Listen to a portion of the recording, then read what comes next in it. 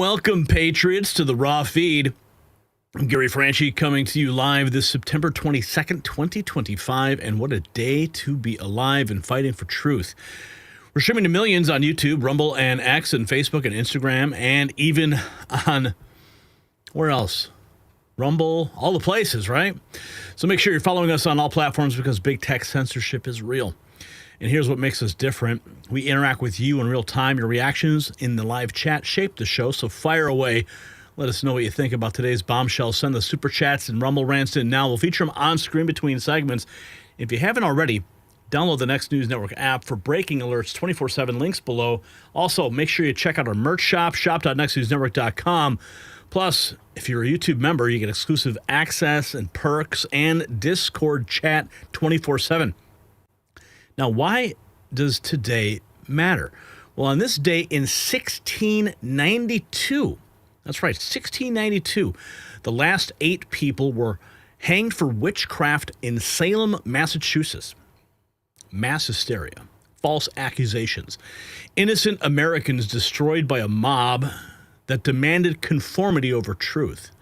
The parallels to today are chilling because we're living through our own witch trials, except now it's Big Pharma, the SPLC, and woke corporations burning anyone who questions their orthodoxy at the stake. But today might be the day the tables turn.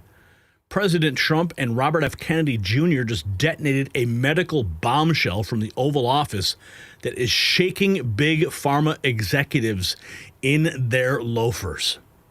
They revealed autism rates have exploded from 1 to 10,000 to 1 in 31 children since 2000, a 400% surge. The establishment said we couldn't talk about it. Well, the FDA is now issuing emergency warnings about Tylenol use during pregnancy. And of course, the left, predictably, already melting down. And guess what? They're also launching a $50 million research initiative direct from the Oval Office. And for the first time ever, mothers who've been gaslit for decades are now being heard from the highest office in the land. And I know exactly how that feels. RFK Jr., he dropped the hammer. 40 to 70% of mothers with autistic children believe that vaccines injured their kids.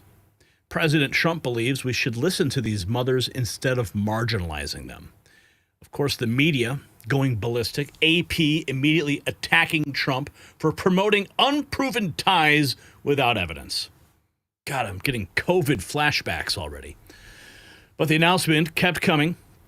Dr. Oz revealed that they've opened the first FDA-recognized treatment pathway for autism ever. The dam has finally broken. Meanwhile, journalist Tyler O'Neill exposed the Southern Poverty Law Center's dark pipeline to Antifa terrorism. The same SPLC that put Charlie Kirk's Turning Point on their hate map next to the KKK just months before his assassination, has been employing Antifa operatives. Yeah, the SPLC, they targeted me one time. I was Patriot number 9 on their Patriot hit list. You see, SPLC, one of them worked there as Antifa until this year after being profiled as Antifa's secret weapon. Another SPLC lawyer was arrested at a Molotov cocktail riot. And while they brand moms fighting school boards as extremists, they give violent anarchists a pass. Donald Trump's response? Well, just a few hours ago, what did he do? He signed an executive order designating Antifa as domestic terrorists. We've been tracking that for days, and now the signature has arrived. And then at Charlie Kirk's memorial, we streamed it here over the weekend. It was an intense moment of emotion, reflection, and revival. It was glorious and beautiful. We all witnessed something absolutely biblical. Erica Kirk forgave her husband's killer, echoing Pope John Paul II's divine mercy. Now, this stands in stark contrast to what happened right after Kirk's assassination days earlier, when Representative Ilhan Omar stood in a house of worship and spat venom at Kirk's memory, calling him full of shit as crowds cheered. Today's memorial that we witnessed just 24 hours ago showed forgiveness triumphing over the hate that erupted immediately after his death. The spiritual battle for America's soul laid bare for all. And Disney's Magic Kingdom, well, empty on Labor Day weekend. Families are done with the not-so-secret gay agenda executives bragged about on camera. Parents discovered Disney Plus contracts that ban lawsuits even if your child dies at their parks. Walt's dream has become a nightmare of indoctrination and greed. And get this, Disney's ABC, they yanked Jimmy Kimmel off the air, supposedly to avoid inflaming tensions. Then they brought him right back with California Governor Gavin Newsom as his very first guest. That's not entertainment. That's a campaign rally disguised as comedy. Oh, but don't worry, Sinclair has their own agenda for Jimmy Kimmel. We're going to get to that. And when Vice President J.D. Vance can't even take his kids to Disneyland without leftist mobs screaming at him to disown your dad, you know the magic is dead. So share the stream right now. Text it to bypass the algorithms. X users repost it immediately. If you're watching on Facebook, hit the share button. Tell your friends and family you're watching the raw feed, and they need to see it too. Because today, the truth breaks free. Let's go. Who is in the house tonight? Let's check in the chat room. We got Karen and LJ. We got Savvy and Ken Olson. Ulysses is here. Who else is in the house? We got John Wayne Cossey. Sure, you in the house. Good to see you. Ouch. Sofal is here. Chino Jr. in the house. Alice Cersei, Gloria Fisher. Ra is here. Vinny Rondo. What's up? What's up, Vinny? Jeremy, get the cactus crate, he says. Sure you. Who else is in the house? Devin, Gloria Fisher. Forgotten America. Well, forgotten no more. James Fay, Michael Fiacco is in the house. He stopped us from talking. He never wants us to debate the mayor or the governor who's so crooked have to screw their socks on. Oh, man. All right, who else is now? Freedom Rider, Rhonda Blackburn, Lorijo Narad. What's up, Michigan? Project Rescues in the house. Scooby Dragon's here. Yo, yo, yo. Greg in the house. Greg Schuler. Keen Mang Heng. Cambodia needs peace. Yes, and I have just been made aware of a secret mission to Cambodia that's about to take place, so buckle up, folks. Brand 47, James Snowden in the house. Bobby Riesling with the 3 green hearts. Mr. Hollywood's here. Safe Fly Safe, good morning from Cambodia. Well, good morning to you. McCann is here. LJ, Vicky, Burton, Uriel Aurora. Everyone in the house. Ranger Xbox, 56 Strine. Semnang. What's up, Semnang? Good to see you here. Okay, so we've got some awesome news to get to. You should have heard the cheers in our house today when we were watching President Trump and RFK Jr. drop those bombs, and we are going to get to those bombs. We have the action plan from the White House, the remarks, history made, and we are currently waiting for a remark or response from the YouTube to see if there is any updates to their terms of service regarding the community guidelines around such information. So stay tuned for that.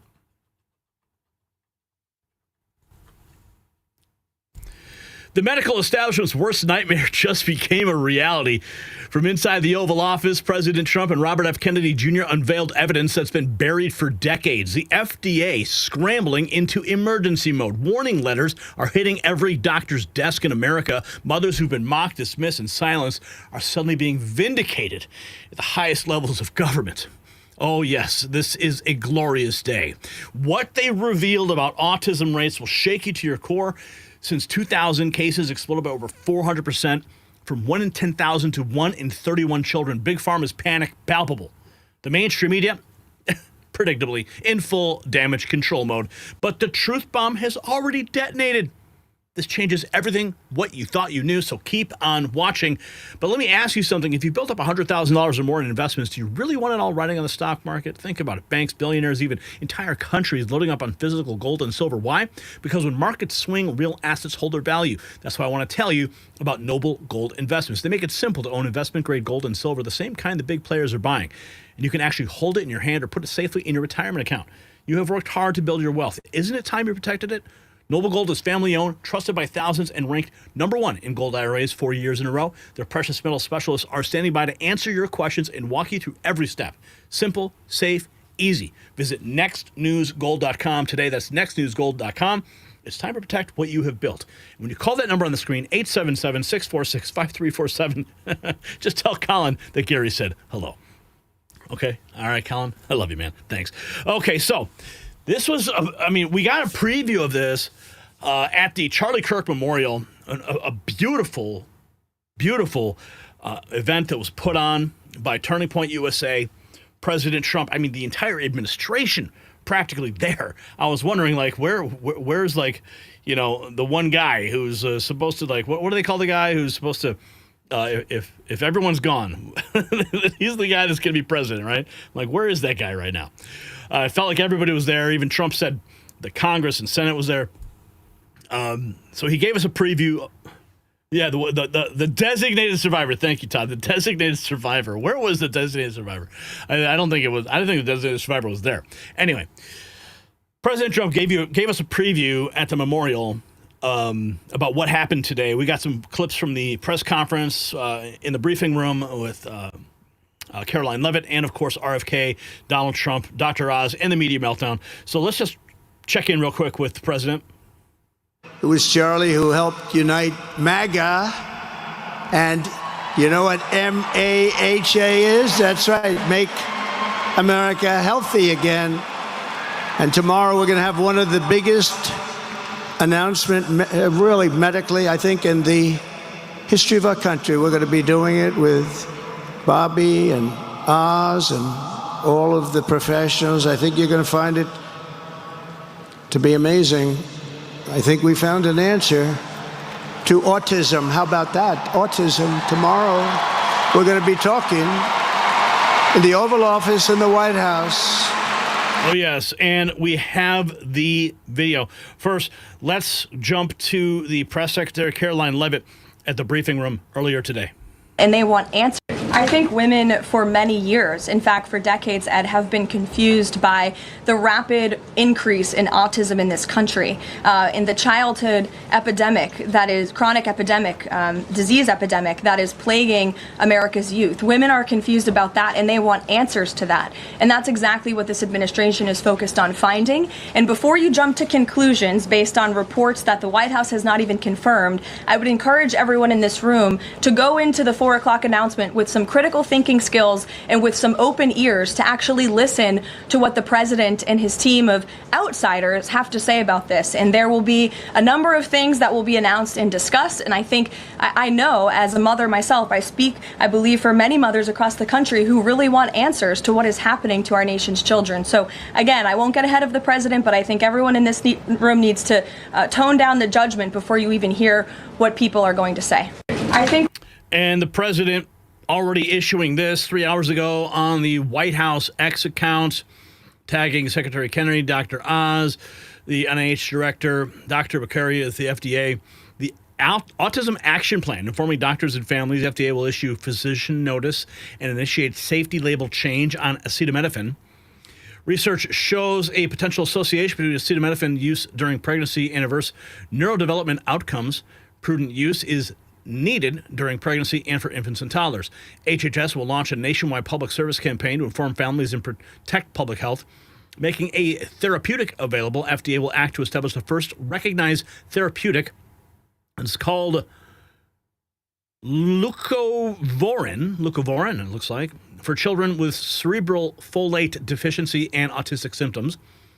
Following FDA's action, state Medicaid programs will be able to cover leucovorin for autism spectrum disorder. NIH will launch confirmatory trials and new research into the impact of leucovorin. Increasing research investment through the Autism Data Science Initiative, ADSI. NIH will fund 13 projects totaling more than a $50 million investment to transform autism research. So this is huge. Jesse Kelly writing, I have no idea what causes autism.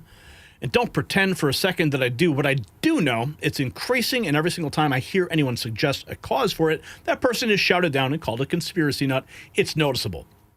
Yes. Have you ever gone to a doctor's office with a child, an infant, maybe a young mother? I know I've been through that multiple times with my children. And, of course, what happens when you try to question the doctor? Oh, they shame you. They shoo you out of the office. Well, can we have a delayed schedule? Can we? Is there any wiggle room here? No, they say. No, get out. You're a conspiracy theorist, and take your tinfoil hat with you. That's what they do. And even if you question any of this stuff on YouTube, what happens? You get struck and you get penalized. Well, we just reached out to YouTube to find out if they are going to be updating their medical misinformation policy. We're waiting to hear back from their press office. We'll keep you updated on that. But there's so much to climb on, to report on here. Of course, MSNBC's Dr. Vin Gupta is already screaming about it. And it feels so much like COVID all over again. You know, when President Trump was laying out different therapies for people, just basically just asking questions and presenting some of the things he had learned about. I mean, they mocked him. They called him a nut job, and it feels like this is all going to happen all over again from this. You know, the medical establishment who funds MSNBC and all the big media, they can't have this out there because it destroys their market value and their product. They don't care how many lives it destroys in the process. Now, where do we even begin here? You know what? I think we should go to this mother. This is similar to what happened in our household when the news hit. My wife and I celebrating this glorious victory. Considered high function. Hi, my name's Jackie. I'm also extremely grateful for the opportunity to be here and share my son's story. My son is Eddie. He's 11. He's on the opposite end of the spectrum from what Amanda just explained. He's considered high functioning. He was not always high functioning. He was nonverbal till the age 4. We've had quite quite a hard time to get to the place where we are today. I am just so grateful to President Trump and the entire administration for finally listening to moms who have been crying out for help, for answers for years. I've met so many other moms with children on the spectrum in the 9 years since my son's diagnosis, and they all have very similar stories, and they've all just wanted somebody to listen, to not ridicule them or look at them like they were the crazy people. It's hard when you don't have doctors that take the time to really listen and find out when the change happened and what change happened. And it's just, I've been praying for this day for 9 years, and I'm so thankful to God for bringing the administration into our lives. And I'm speechless. This day is a day I never thought would happen. I thought that we would never have an administration that was courageous enough to look into things that no prior administration had. So I'm just here to express my gratitude, and I am looking forward to what comes from this, and hopefully we just get more answers. So thank you. Thank you very much. Hi. I guarantee you there are millions of mothers and fathers who are screaming this right now. Okay, so let's go to this moment here. This is Secretary Kennedy 3 hours ago. He is the Secretary of Health and Human Services. I want to make that very clear for any of the YouTube censors who could be watching this. We are continuing to investigate a multiplicity of potential causes with no areas of taboo. One area that we are closely examining, as the president mentioned, is vaccines. Some 40 to 70% of mothers who have children with autism believe that their child was injured by a vaccine. President Trump believes that we should be listening to these mothers instead of gaslighting and marginalizing them like prior administrations. Some of our friends like to say that we should believe all women. Some of these same people have been silencing and demonizing these mothers for 3 decades because research on the potential link between autism and vaccines has been actively suppressed in the past. It will take time for an honest look at this topic by scientists. We are continuing. What do you think about that? Finally, an administration with the courage to step forward. Let's take a look. Here's do we have President Trump's remarks? Here's President Trump. This is the big announcement about the Tylenol connection. Increased Tylenol during pregnancy can be associated with a very increased risk of autism.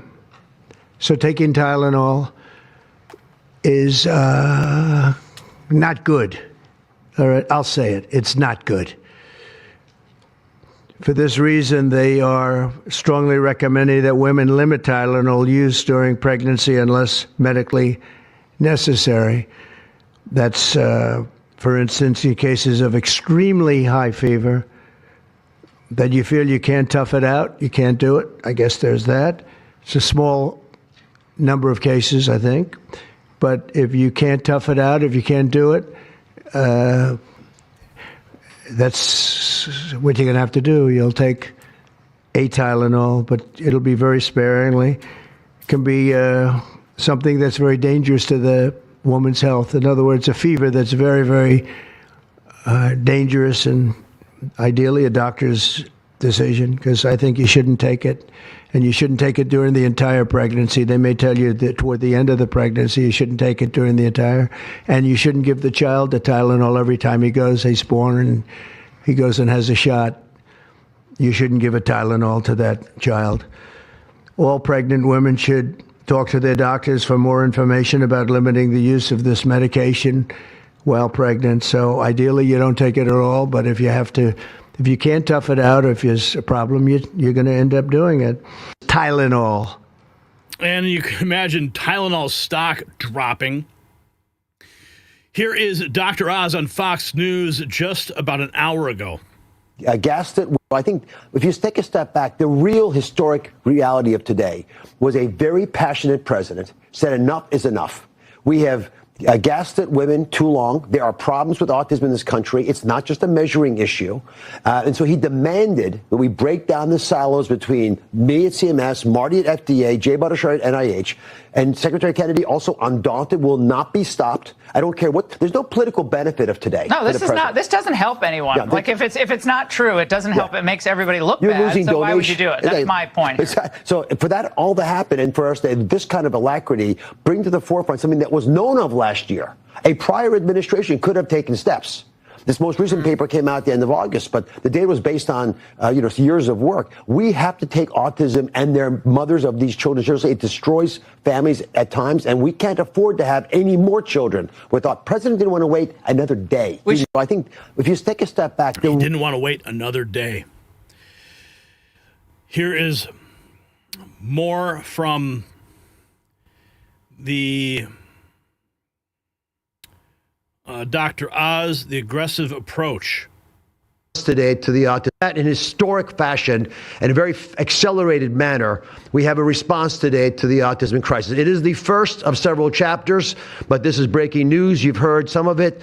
The response to the autism crisis is going to continue to come to you under Secretary Kennedy's leadership, and the president wouldn't have it any other way. As you've heard, the FDA, based on NIH research, is approving prescription leucovorin for treatment of autistic children. Now, if you're following the script, there should be two questions that you have, two questions that should come to your mind. The first is, how will patients and parents get access to the treatment? I'll tell you how. Over half of American children are covered by Medicaid and CHIP, government health insurance, over half. Therefore, because they're covered in Medicaid and CHIP, upon this label change by Marty, state Medicaid programs in partnership with CMS will cover prescription leucovorin around the country. Wow. It's yours, but you have to go to a doctor to get a prescription because they know your child, they know you, and they know the medication. States will also have tools to monitor its use and ensure appropriate utilization. That's important for a bunch of reasons, because we want the right kids getting the right prescription medications. We believe private insurance companies will rapidly follow our lead if they have not already done so. And again, to make sure that this is safe and effective treatment, you need a physician to prescribe the medication because it's on prescription. Second big question. How are we going to collect clinical data to answer the big questions that the president is asking and the secretary insists that we offer? CMS is also issuing guidance to convene states and existing research networks to support NIH and FDA in their research efforts of prescription leucovorin, while also maintaining the privacy of all patients, all health information of our beneficiaries. Collecting real-world data, which is what many of you have been asking us to do in the community, is fast. It is life-saving, and we'll get answers based on what happens over the next few months with this approach. The aggressive approach, and it is aggressive, demanded by the president and by the secretary, have already identified risk factors and opened the door for the first FDA-recognized treatment pathway for autism. Wow. It is the first of its kind, and it wouldn't have happened without the leadership of the president and the secretary. The five-fold increased prevalence of autism over the past 25 years demands a rapid response. The average clinician, researcher, we spoke to many, thought it would take 5 years to get this data. Parents are unwilling to wait 5 years. The president is unwilling to wait 5 years for these results. So the president and the secretary are acting today with this tri-agency move. The administration's bold actions investing in groundbreaking research follow the science. They restore trust, which has been lacking, and they will change the trajectory for millions of American families. Mr. President, God bless you for being brave. God bless you, President Trump. This is a day we have long fought for. And this, oh my goodness, man. The cheers in our household. Oh my goodness. Fighting for health freedom for so long. Dr. Makary says this is the start of a historic shift in medical culture. Listen. But we've got to make a difference. This is the start of a historic shift in medical culture. This administration is working together to ask big questions about why our nation's children are getting sick so fast. Too often, medicine is doing small little studies, giving us answers we already knew.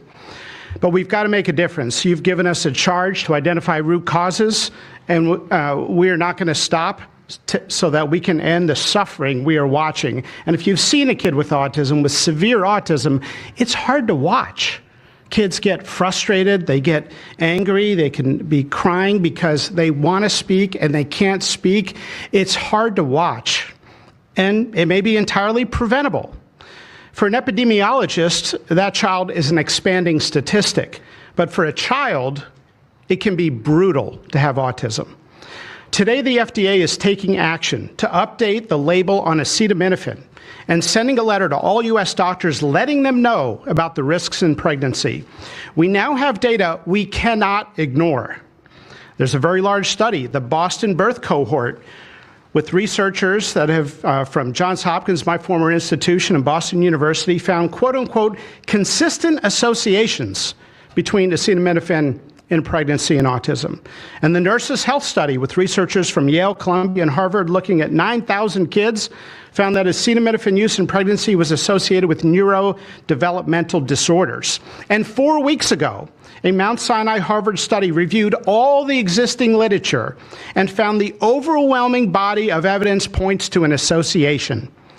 Sure, you'll be able to find a study to the contrary. That's how science works. But to quote the dean of the Harvard School of Public Health, there is a causal relationship between prenatal acetaminophen use and neurodevelopmental disorders of ADHD and autism spectrum disorder. We cannot wait any longer. And honestly, there's been this perfunctory, reactionary, mindless practice in medicine. I learned it in medical school and residency. Just treat all fevers, low-grade fevers, treat them with acetaminophen. Why? What are we doing? A study out of Hopkins actually showed that treating a fever can prolong the duration of illness in a young kid.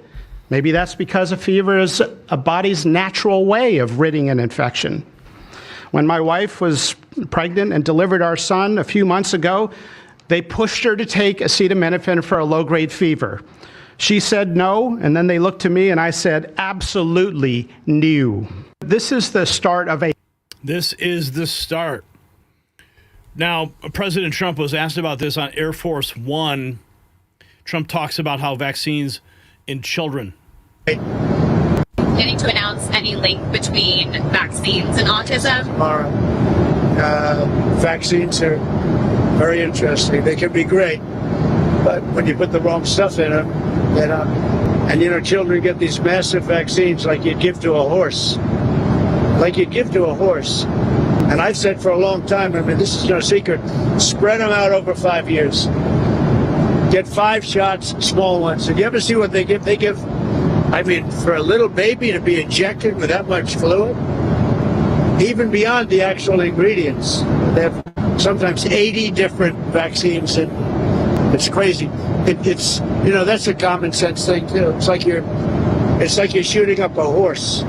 You have a little body, a little baby, and you're pumping this big thing. It's a horrible thing. So I've always felt that. But we'll be having a big discussion tomorrow about autism. Getting to announce any link. And of course, that discussion has happened. Here's one of the moments, one of the great moments in the press meeting today. President Trump shutting down CNN. Brian, please. Yeah, Brian, please. Medical professionals have warned. No, I said, no, not you. You're CNN, you're fake news. Go ahead, Brian. Yeah, Brian. No, CNN, no, you're fake news. Trump's Tylenol warning backed by Harvard Johns Hopkins research.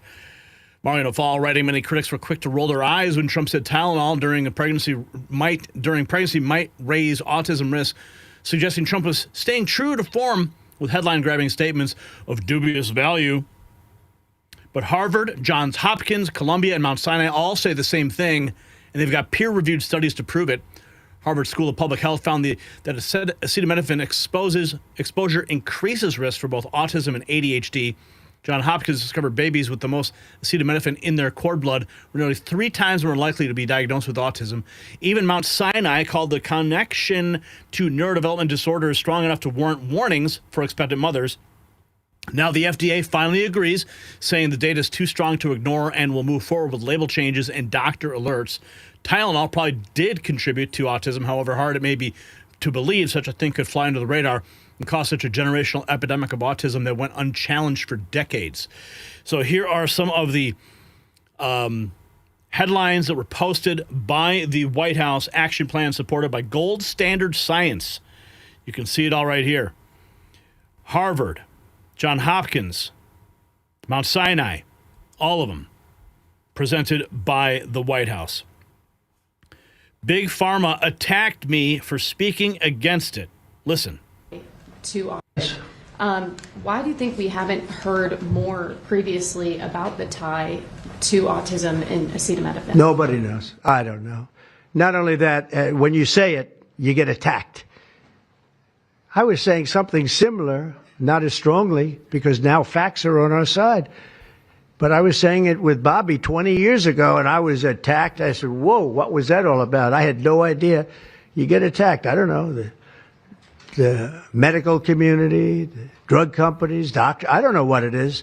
Well, it's a massive cash pipeline. That's the problem. And President Trump is challenging that right now. Here's more. Laura Ingraham, just 60 minutes ago, Trump takes on Tylenol. Marty Makary backs him up. Here's more on those studies. Telling the angle. Dr. Makary, the president came out strongly against Tylenol specifically, but its parent company is standing by the safety. You can imagine the efficacy of the product. Telling the angle, we believe independent, sound science clearly shows that taking acetaminophen does not cause autism. We strongly disagree with any suggestion otherwise. We're deeply concerned with the health risk that poses for expectant mothers. It's the safest pain reliever. You get the point there.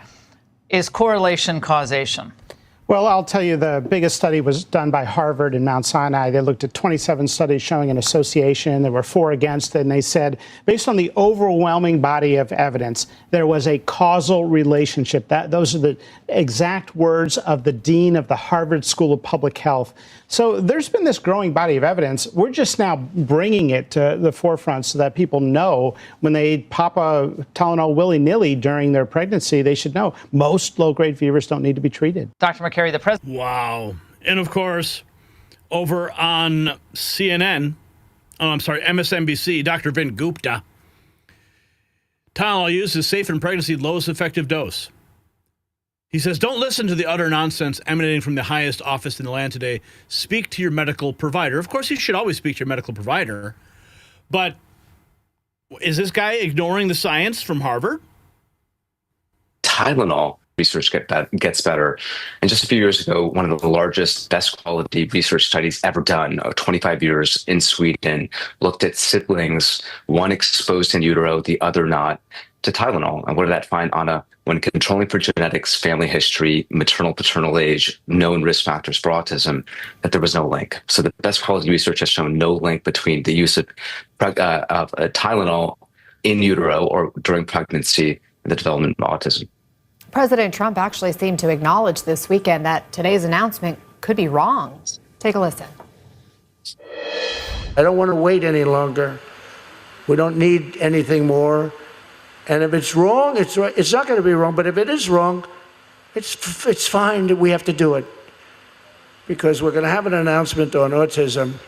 Okay, well, listen. That's what science is. You investigate, and present your findings. What the president and RFK Jr. and Dr. Oz did today was presented studies from respected medical journals that drew the link. Now, of course, this guy, Vin Gupta, over on MSNBC, decides to cherry pick.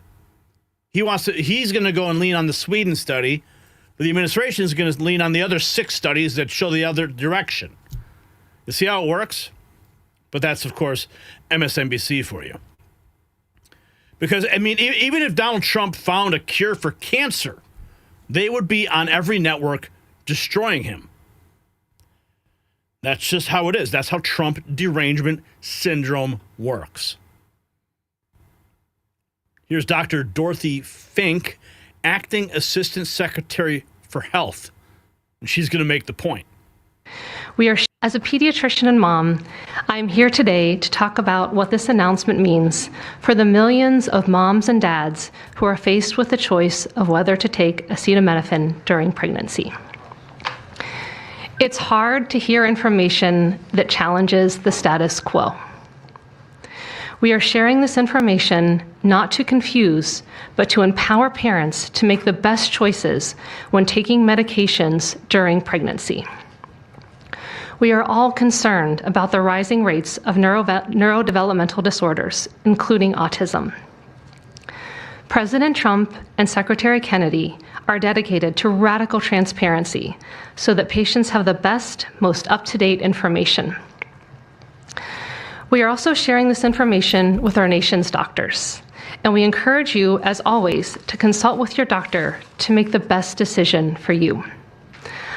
All too often, it's easy to think that medicines we buy without a prescription pose little to no risk for the mom or the baby. As you heard today, pregnant women who need high fever or pain reduction during pregnancy should take the lowest effective dose of acetaminophen for the shortest possible duration. Wow. Most women will not meet these indications during their pregnancies.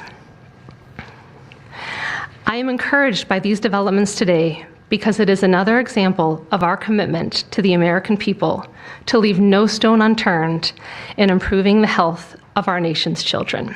As a pediatrician... Yeah, I did not know about the Tylenol link. President Trump taking on Big Pharma in a big way. Check this out. Being artificial. Because when you go from 20,000 to 10,000 and then you go to 12... you know there's something artificial. They're taking something. And by the way, I think I can say that there are certain groups of people that don't take vaccines and don't take any pills that have no autism. That have no autism. Does that tell you something? That's currently, is that a correct statement, by the way? There are some studies that suggest that, yeah, with the Amish, for example. The Amish, yeah, virtually. I heard none. See, Bobby wants to be very careful with what he says, and he should, but I'm not so careful with what I say. But you have certain groups. The Amish, as an example, they have essentially no autism. Because the Amish. Maha Action posting this 3 hours ago. No president has ever addressed vaccines like this. He says vaccines need to be spread out, and hepatitis B should not be given to kids under 12. When we went to... the hospital for our pregnancies, we're like, no, sorry, we don't need that. Okay? My wife doesn't have hepatitis. Ridiculous. But no, here's President Trump more. It's artificially induced. It's not like something that when you go from all of those, healthy babies to a point where I don't even know structurally if a country can afford it. And that's the least of the problems. To have families destroyed over this is just so terrible. I also, and we've already done this, we want no mercury in the vaccine. We want no aluminum in the vaccine. The MMR, I think, should be taken separately. This is based on what I feel, the mumps, measles, and the three should be taken separately. And it seems to be that when you mix them, there could be a problem. So there's no downside in taking them separately. In fact, they think it's better, so let it be separate. The chicken pox is already separate, because when that got mixed in, I guess they made it for a while, it really was bad. So they make chicken pox. Individually, they're okay. When you mix them, something maybe happens. So there's no downside in doing it. It's not like, oh, if you do it, bad things. No, it's only good side. And it may not have that much of an impact, but it may have a big impact. So let those be taken separately. And then hepatitis B is sexually transmitted. Yeah. There's no reason to give a baby that's almost just born hepatitis B. Wow. So I would say wait till the baby is 12 years old and formed and take hepatitis B. And I think if you do those things, it's going to be a whole different, it's going to be a revolution in a positive sense in the country. God. This is a day for celebration. Oh my God, I can't believe he's saying these things. I can't believe the administration is taking it. Well, you know what? These are promises that he made on the campaign trail. I'm grateful. So many millions of Maha moms are grateful today. This is a historic shift, no doubt. And of course, with the C3 rights, with the Trump and RFK Jr. autism announcement today, remember Governor Pritzker signed an executive order trying to stop RFK Jr. from finding the root cause of autism. The Democrats wanted to hinder RFK Jr. from making America healthy. Yeah, this is the guy. And this is the Data Science Initiative that has now been launched. To the cause. I'm proud to announce today that the NIH has launched the Autism Data Science Initiative to turbocharge autism research, devoting an additional $50 million to the cause of studying autism. Nearly 250 research teams from across the country applied, sent in their applications, and were peer-reviewed by the NIH review panels. The NIH review peer reviewers chose the 13 best projects focused on root causes and therapies, with replication and validation studies to guarantee gold standard science.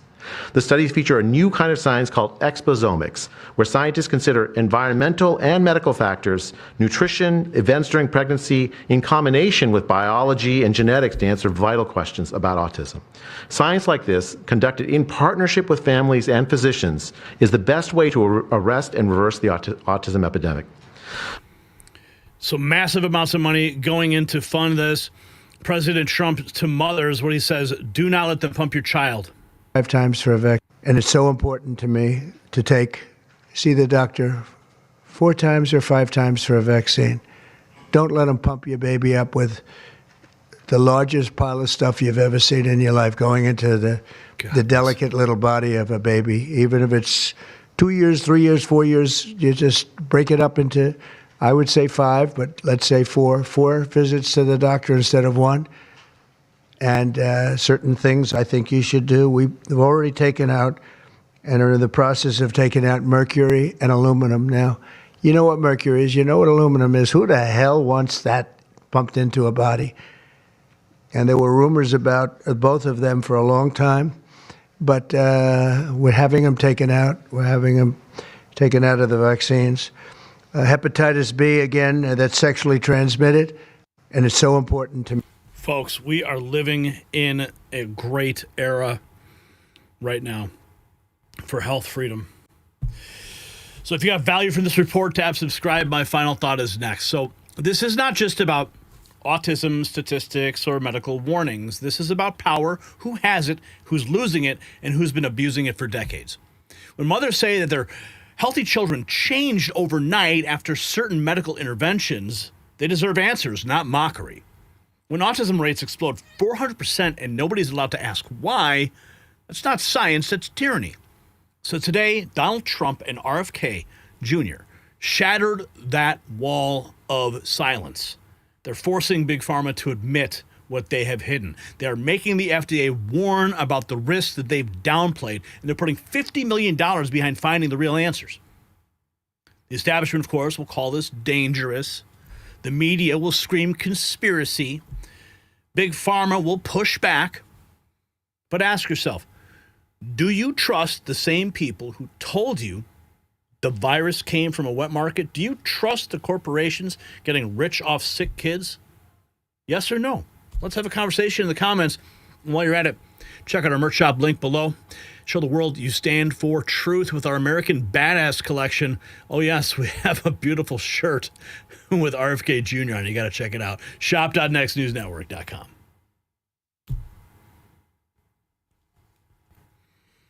All right, we're probably going to get banned for presenting that. But hey, we did reach out to Google for comment. We'll see what happens there. Any super chats? Let's see here. I don't know. No super chats. Okay, strange. All right, that's okay. Okay, what are you guys saying? Mr. Cheddar Prepper, make America Amish again. I don't trust Big Pharma or government at all. They need to investigate the side effects from the COVID that they force. Don't fall for for the elites. No, I don't trust the medical field anymore. I used to be part of it. Oh, Patricia Duff. Hey, it's a new day. Maybe you won't get banned or any of the rest of us. Yeah, Regine. Yeah. Thank God.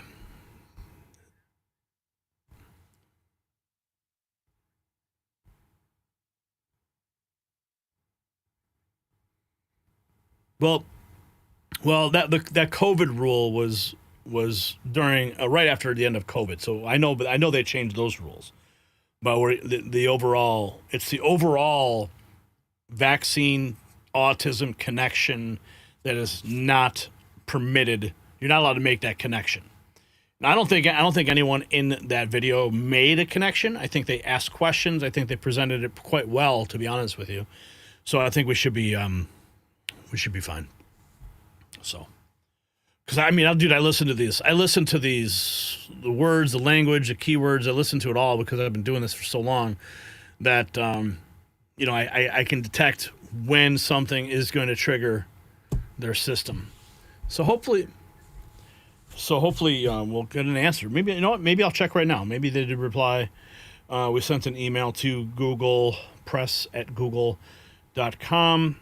Let's see if there's anything in the inbox right now. Checking. No. Oh, yes. Okay. Google Press. Hi there. Thank you for reaching out. We'll get back to you as soon as possible. If you're not, you should not expect to receive a response beyond this email. Okay. If you're experiencing any product-related issues, well, we are a member of the press, and we are White House credentialed, so we had to make sure that was made clear in the email that we sent to them. Email, as members of the White House Press Corps reporting for the Next News Network, we're requesting comment regarding whether YouTube intends to update its medical misinformation policy in light of new federal findings. President of the United States and the Director of Health and Human Services have publicly declared blah, blah, blah, blah, blah. So the question was, will YouTube be updating its medical misinformation policy to reflect the administration's findings?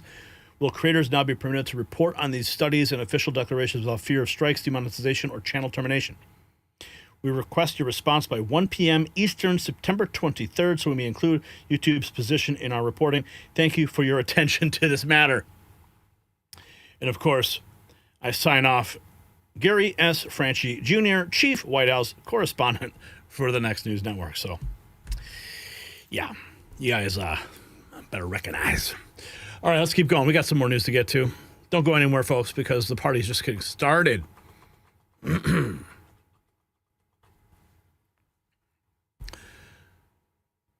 Southern Poverty Law Center just got caught red-handed. Tyler O'Neill dropping receipts this morning that expose their dirty secret, direct ties to Antifa organizations. The same organization that painted Charlie Kirk as hate has been harboring violent radicals on their payroll. One employee was profiled as Antifa's secret weapon. Another lawyer got arrested at a Molotov cocktail riot. They've been running cover for domestic terrorists while targeting soccer moms, and now President Trump is about to bring the hammer down. The executive order is now officially signed. Antifa's terrorist designation happened moments ago. Chuck Todd is already panicking on air. The radical left's protection racket is collapsing. The evidence is overwhelming, so stay tuned. Now, right now, violent extremists are organizing in the shadows while the so-called watchdogs protect them. And that's why it's crucial to protect what you have built. A 2025 study found that over half of U.S. adults are concerned about how fast their skin is aging. 40% fixated on random wrinkles and dark spots. If that sounds like you, you're not alone. More and more people are noticing visible changes in their skin far earlier than expected. That's why I use my secret anti-aging weapon, and I'm obsessed with the changes I've noticed in my skin. Provides my skin with the 5 must-have types of premium collagen needed to help reduce wrinkles. Since I've started taking it, experienced smoother skin, more elasticity, fewer fine lines, and a more youthful glow. Plus, it mixes smoothly with my morning coffee. No taste or clumps. Be sure to grab a bag of Ageless Multi-Collagen now, plus 51% off at healthwithgary.com, and help take years off the clock. And by ordering now, you'll also guarantee to get free VIP live health and fitness coaching for life, a free ebook titled 14 Amazing Skin Foods for Skin, and 60-day satisfaction guarantee. Free shipping. Once again, website healthwithgary.com. And we thank them for supporting this show. So this just in, we got the email from the White House, published it right away. The breaking news victory, President Trump has officially designated Antifa a domestic terror organization. After years of riots, assaults, doxing, and armed standoffs, Antifa now formally recognized as a domestic terror threat. Federal agencies are ordered to investigate, disrupt, and dismantle. Here is the official order that was put forth by the White House.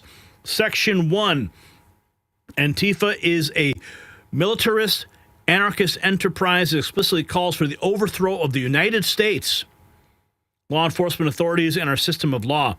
It uses illegal means to organize and execute a campaign of violence and terrorism nationwide to accomplish these goals. This campaign involves coordinated efforts to obstruct enforcement of federal laws through armed standoffs with law enforcement, organized riots, violent assaults on immigration and customs enforcement and other law enforcement officers, and routine doxing of other threats against political figures and activists.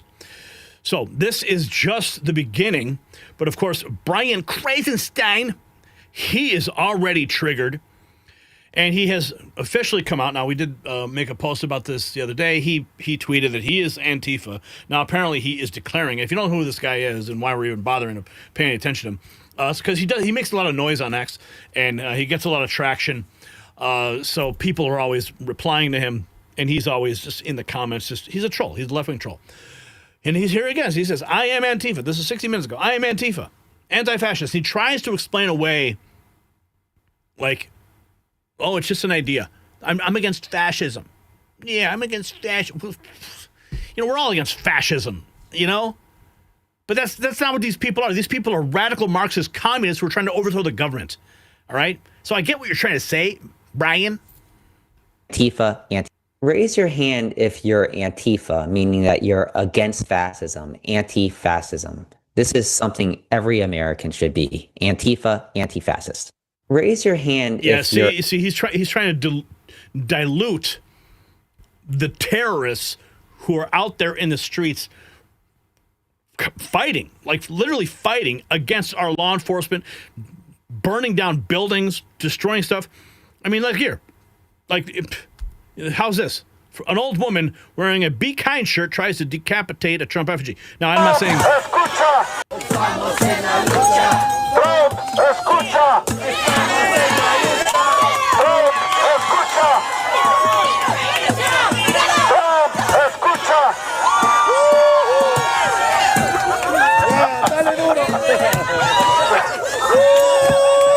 Yeah, the tolerant left, everybody. Now, I'm not saying she's Antifa, but I'm sure she could go ahead and put on a balaclava and, firebomb a Starbucks. Okay, so the disturbing ties. Tyler O'Neill, if you don't know who he is, he's the senior editor at the Daily Signal. He made this thread, and we're going to run through it real quick. The Southern Poverty Law Center, which put Turning Point USA on a hate map with chapters of the Ku Klux Klan a few months before Kirk's assassination, has disturbing connections to Antifa. Now, Southern Poverty Law Center, if you don't know who they are, they have targeted myself, websites I've run in the past. They labeled me as Patriot number 9 on their Patriot hit list. This was years ago. They used to run articles about me all the time. Of course, they turned their sights onto Charlie Kirk when his organization started becoming effective. These are quite relevant as Trump investigates Antifa, so they should connect back to Southern Poverty Law Center. SPLC gained its reputation by suing KKK groups into bankruptcy. It now publishes a hate map that plots mainstream conservatives and Christian groups alongside the Klan. This map inspired a terror attack in 2012. SPLC advised the Biden administration on domestic terror. And I can tell Imagine that an organization that brands conservatives and Christians haters and puts them on a map with chapters of the Ku Klux Klan works with the federal government, advising the administration on its domestic terror strategy. This Orwellian nightmare isn't a hypothetical. It actually happened under the Biden administration. And I can tell you that we've had many agencies in the new Biden administration reaching out to solicit our expertise and our knowledge and information to help shape the policies that the new administration is adopting to counter the domestic terrorism threat. That's Margaret Huang, president of the Southern Poverty Law Center, an organization that has long been notorious for exaggerating hate to raise money and for branding its ideological opponents, hate groups, on par with the Klan. As I explain in my book, Making Hate Pay, The Corruption of the Southern Poverty Law Center, the SPLC gained its reputation by suing Klan groups into bankruptcy, but then took the program it used for that purpose and weaponized it against conservatives, partially to raise money through fear-mongering and partially to silence those who oppose its far-left agenda. And that's exactly what they did to me. When they tried to target, they literally targeted me. Just go on to Google or whatever your search engine is, type in SPLC and Franchi. You'll see. SPLC condemned Kirk's assassination, Tyler Neal writes, but I'm calling on it to put its money where its mouth is and remove Turning Point from the hate map. As of Monday morning, Turning Point USA is still there. But we, of course, have been discussing the shocking assassination of Charlie Kirk that has stunned millions of Americans all across both the political and spiritual spectrum. And while the condemnation of this shooting has certainly been widespread, and thankfully it's come from both sides of the aisle, but nonetheless, we would be amiss not to note and underscore what fuels terrible actions like what took place yesterday. In a Facebook post, the Southern Poverty Law Center stated this: "We condemn the shooting of Charlie Kirk and all violence in any form. Our history shows violence only fuels division." All right, well, that's fine, but you know what fuels violence? Is hatred. That's what the scripture says, and Tony brought that up. If you hate in your heart even, angry, it leads to hatred, and hatred leads to violence. So when organizations like the SPLC add organizations like Charlie Kirk's Turning Point USA on their hate map, look, the SPLC then becomes not part of the solution, but part of the problem. Part of the problem. Responding to the assassination, Trump announced an investigation in Antifa. Antifa agitators embed in protests and then break off to riot. The 2020 riots caused about $2 billion in damage, took the lives of 26 Americans, including retired police chief David Dorn. Antifa is a loosely organized movement, but many rioters seem rather well prepared. Leftist groups seem to cultivate plausible deniability with Antifa, while some groups help organize protests that escalate into riots. So those groups don't actively call for violence. SPLC expanded the hate map, adding Moms for Liberty, PragerU, and Gays Against Groomers on their hate map. It brands Moms for Liberty, which trains moms to run for school boards, an anti-government extremist group, but doesn't say that of Antifa, which hurls Molotov cocktails at government buildings. Think about that. Moms for Liberty trains moms to run for school board, and they're on a hate map. But Antifa, which throws Molotov cocktails, is not. Absolutely insane. Richard Cohen, who resigned as SPLC president amid massive 2019 scandal, condemned Antifa in 2017. "We oppose these groups and what they're trying to do," he said. He warned Antifa was contributing to the problem, but said Antifa doesn't engage in discrimination. Okay. Yet doesn't engage in discrimination. Yeah. Yet SPLC has carried water for Antifa since then. In 2020, SPLC attacked Trump for saying he would designate Antifa a terrorist organization.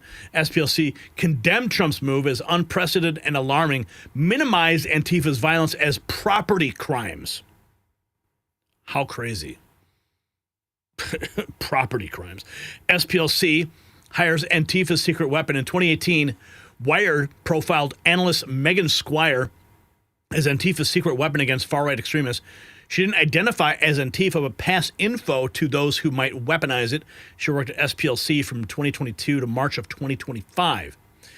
Antifa's secret weapon against far-right extremists.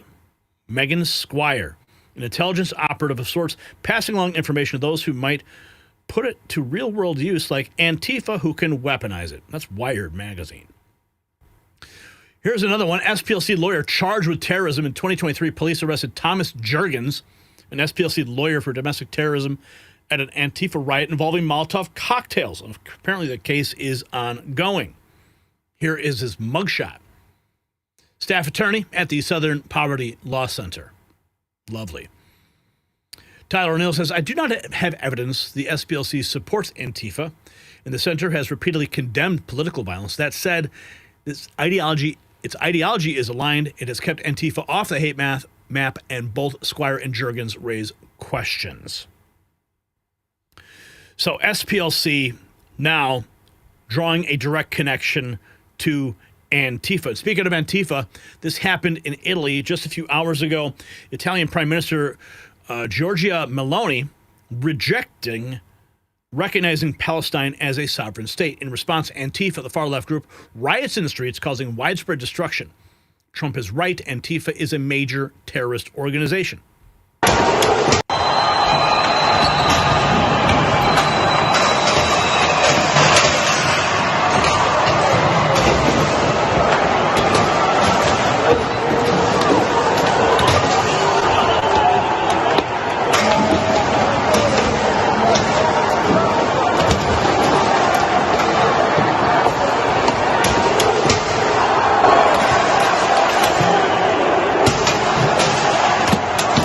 Nothing to see there. Nothing at all. They're just, they're not discriminating against property at all, right? Give me a break. Property damage. Oh, they just do property damage. That's all they do. Oh, and let's see here. We have President Trump signed the order. Nick Sortor. President Trump set to sign an executive order designating Antifa a domestic terror organization. He says, arrest anyone who's bankrolling the terrorists. Chuck Todd, though, panicking over Trump designating Antifa a terrorist organization. Oh, boy, here we go. Antifa, and it's going to be this executive order where they're going to try to create a new classification for anybody on the left who opposes Trump as somehow a member of Antifa and a terrorist. Yes. Like, this is coming. And I don't think we are fully... Now, I don't think there's any the problem. Like, I don't even know what Antifa is. I know what the definition of Antifa is, and I know what the word means, but it's not. You don't know what it is? Are we on the same planet? I mean, you just saw what they're doing in Italy, right? No. Do you see what they did after Trump got elected back in 2016 in Washington D.C.? What about the Summer of Love? You don't remember that? Oh, that's right. It was mostly peaceful. I'm sorry, I forgot. Correct. There is no group. No. And so, but what's dangerous is that by designating it, who's going to define who the group is? And if the Trump administration decides to say, you, George Soros, are a part of this group that I designated, and you're like, no, I'm not. And it doesn't matter. Like, they're going to then use that as some sort of potential opening. And I think that. Oh, yeah, they will find the opening. They're going to follow the money. Because George Soros is funding all kinds of organizations. And then they filter it through shell orgs and all that other stuff, and they're going to find it. And all roads are going to lead back to Soros, I'm sure. That's what's so extraordinarily dangerous about these designations. Wow. Like what he did with, look, he's sort of testing the theory of this case with what he's doing with Venezuela. And sort of designating this sort of, well, they're narco-terrorists. Narco-terrorists. And somehow it allows, by the way, he's using the AUMF. Of course. As their legal cover on this, which of course is just 20-odd years old. So far removed from what the AMUF was meant to be. It's going to be this... Oh, Chuck Todd, take a sip of your coffee, you smug bastard. Here's the press secretary earlier today in the James Brady briefing room. values, their moral. So what message does this White House have now to all Americans who feel like they are too afraid to express their beliefs, their values, their morals in the wake of such horrific violence? I think the president has answered this, and I will leave it to his response, Monica, where he so beautifully said, we have to keep fighting. We have to keep speaking up. We have to keep speaking our mind. I know that's what Charlie would want us to do. And we have a right to free speech in this country. The president supports it. It is protected by our beautiful Constitution. And Americans should not cower in fear. They should rise up in courage to continue speaking the truth. And despite what the media would tell you, yes, the Charlie Kirk assassin had anti-fascist messages on his bullets. What does that tell you? Who is he aligned with? Well, here's the press secretary on Antifa. Antifa is going to be designated a domestic terrorist organization. The president intends to sign that executive order very soon as it's drafted, as soon as today, later this afternoon. And this is something the president campaigned on because we have seen a rise in violence perpetuated by Antifa radical people across this country who subscribe to this group.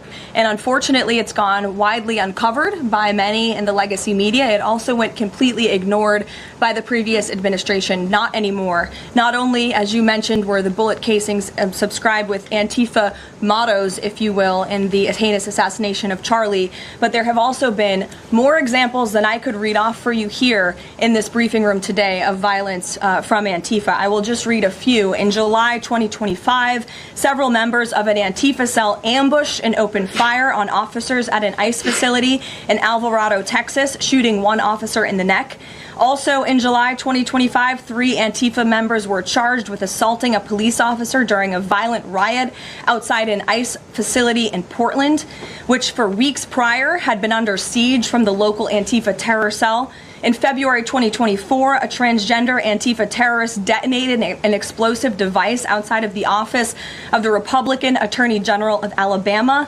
In July 2023, Antifa members linked to abortionist group Jane's Revenge firebombed pro-life facilities and vandalized churches.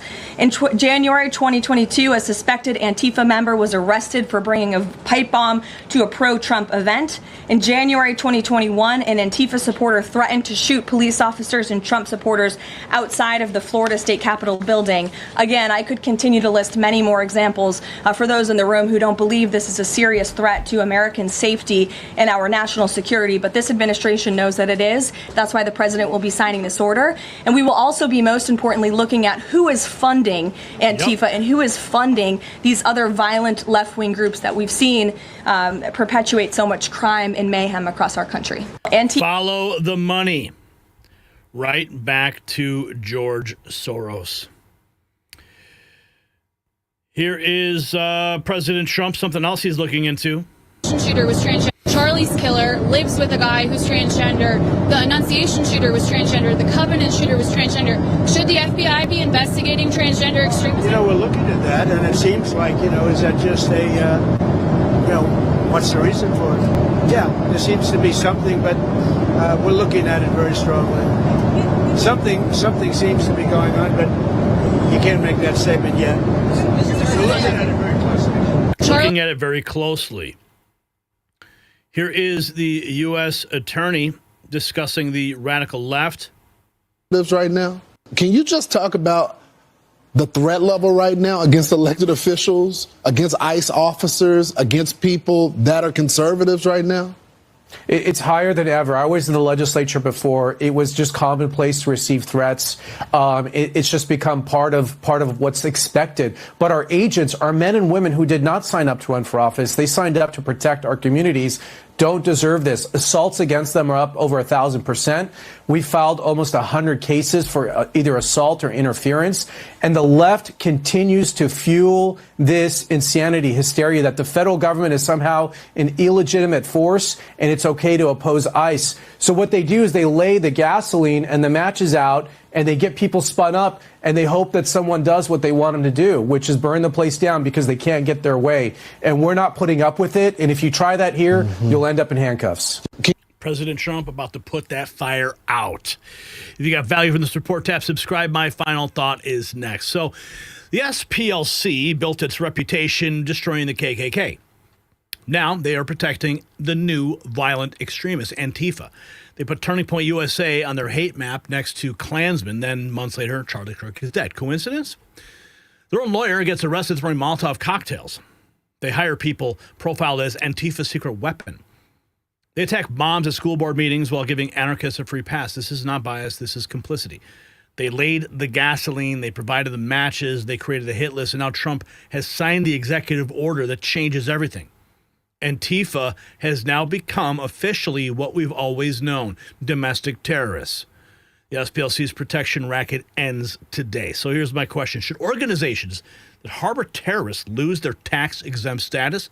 Drop a yes or no in the comments. Let's continue the conversation. And remember, patriots wear their values. Grab your Next News gear at shop.nextnewsnetwork.com. It's linked down below. All right, let's keep going. More news to get to. No super chats yet. Strange. Okay, what do we got here? What are you guys saying in the chat room? Heck yes, Patricia. Yes, most definitely. Ron the Don. Heckle, Fish, Fear, Cheers.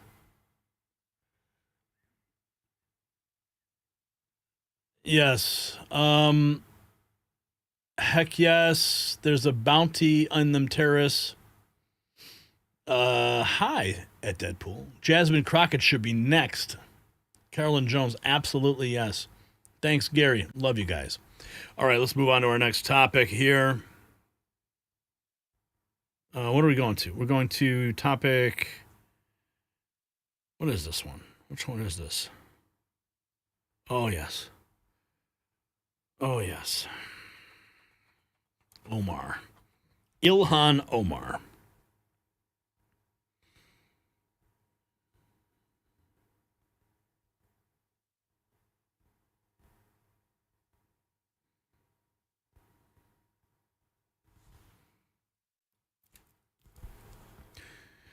Two responses.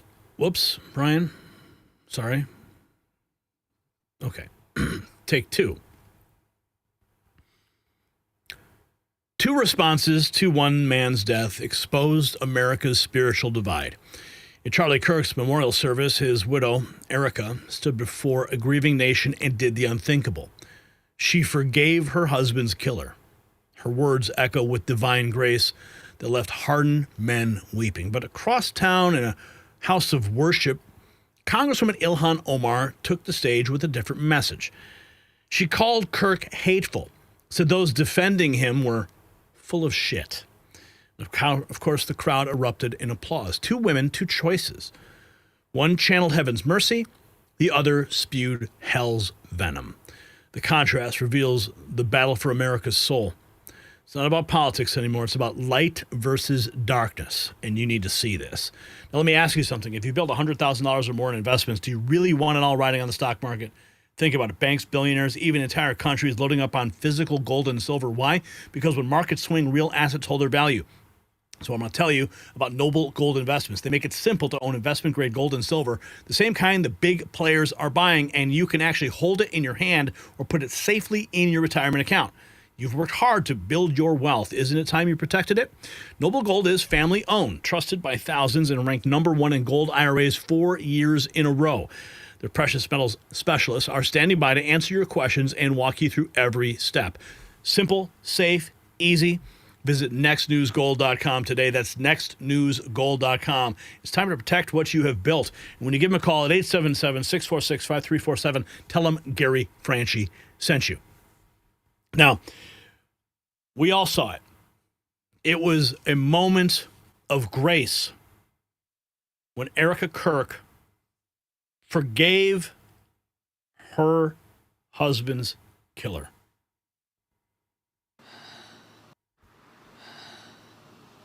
That young man on the cross, our Savior said,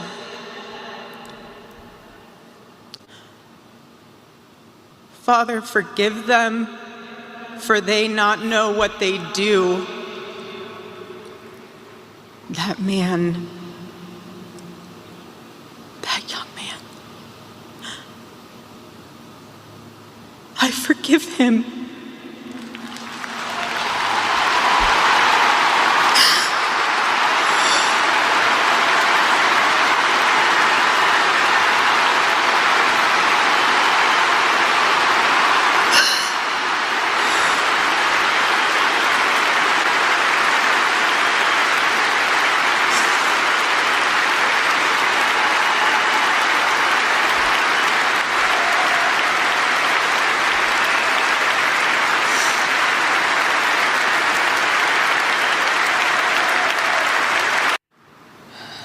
That moment will echo throughout history. And of course, there was a protester outside of Turning Point's sold-out campus tour stop in Minnesota tonight saying Erica Kirk has got to go. She's still to another one. Erica Kirk has got to go. Erica Kirk has got to go. Erica is grifting on Charlie Kirk. Erica is grifting on Charlie Kirk. I mean, these people are soulless. Absolutely soulless. You remember this moment? Patrick Neve on X reminded us all. Pope Saint John Paul II forgave the man who shot him. A historic photo from that moment. Pope John Paul II meeting with the man who shot him to forgive him. Here's the Fox News headline. I forgive him, showing the New York Post front page. I forgive him. Erica Kirk resting her head on President Trump's chest. President Trump consoling her. Erica Kirk's mercy for Charlie's killer. Trump gives eulogy at memorial. It was remarkable. But of course, over on the left, just shortly after Charlie Kirk was assassinated, Representative Ilhan Omar, in a house of worship, this is what she said. I do believe those of you who are interested in rewriting this hateful man's history are full of shit. Thank you.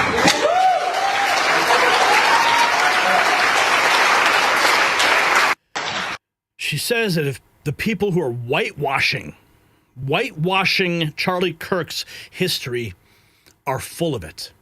This is how they incite more violence. Oh, but she wasn't done.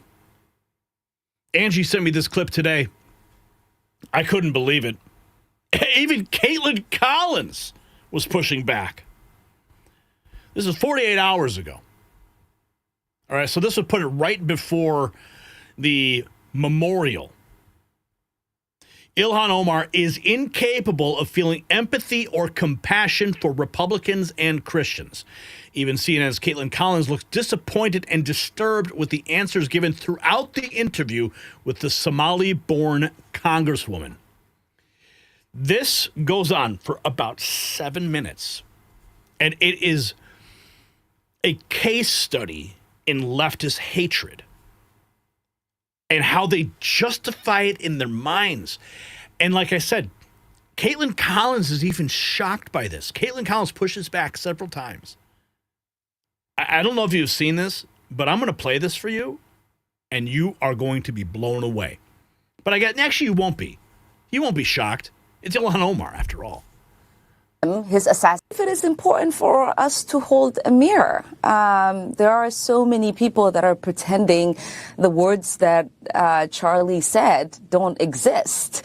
The way he made black women feel when he said we didn't have brain processing power to thought processing power to get ourselves into college and to be taken seriously as professionals. Okay, so first of all, that's the first lie right there out of her mouth. She's parroting the Atlantic article. That the writer of that Atlantic article has since been fired, by the way.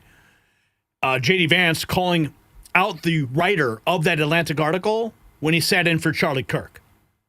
And that was before Ilhan Omar ran to CNN with this interview with Caitlin Collins.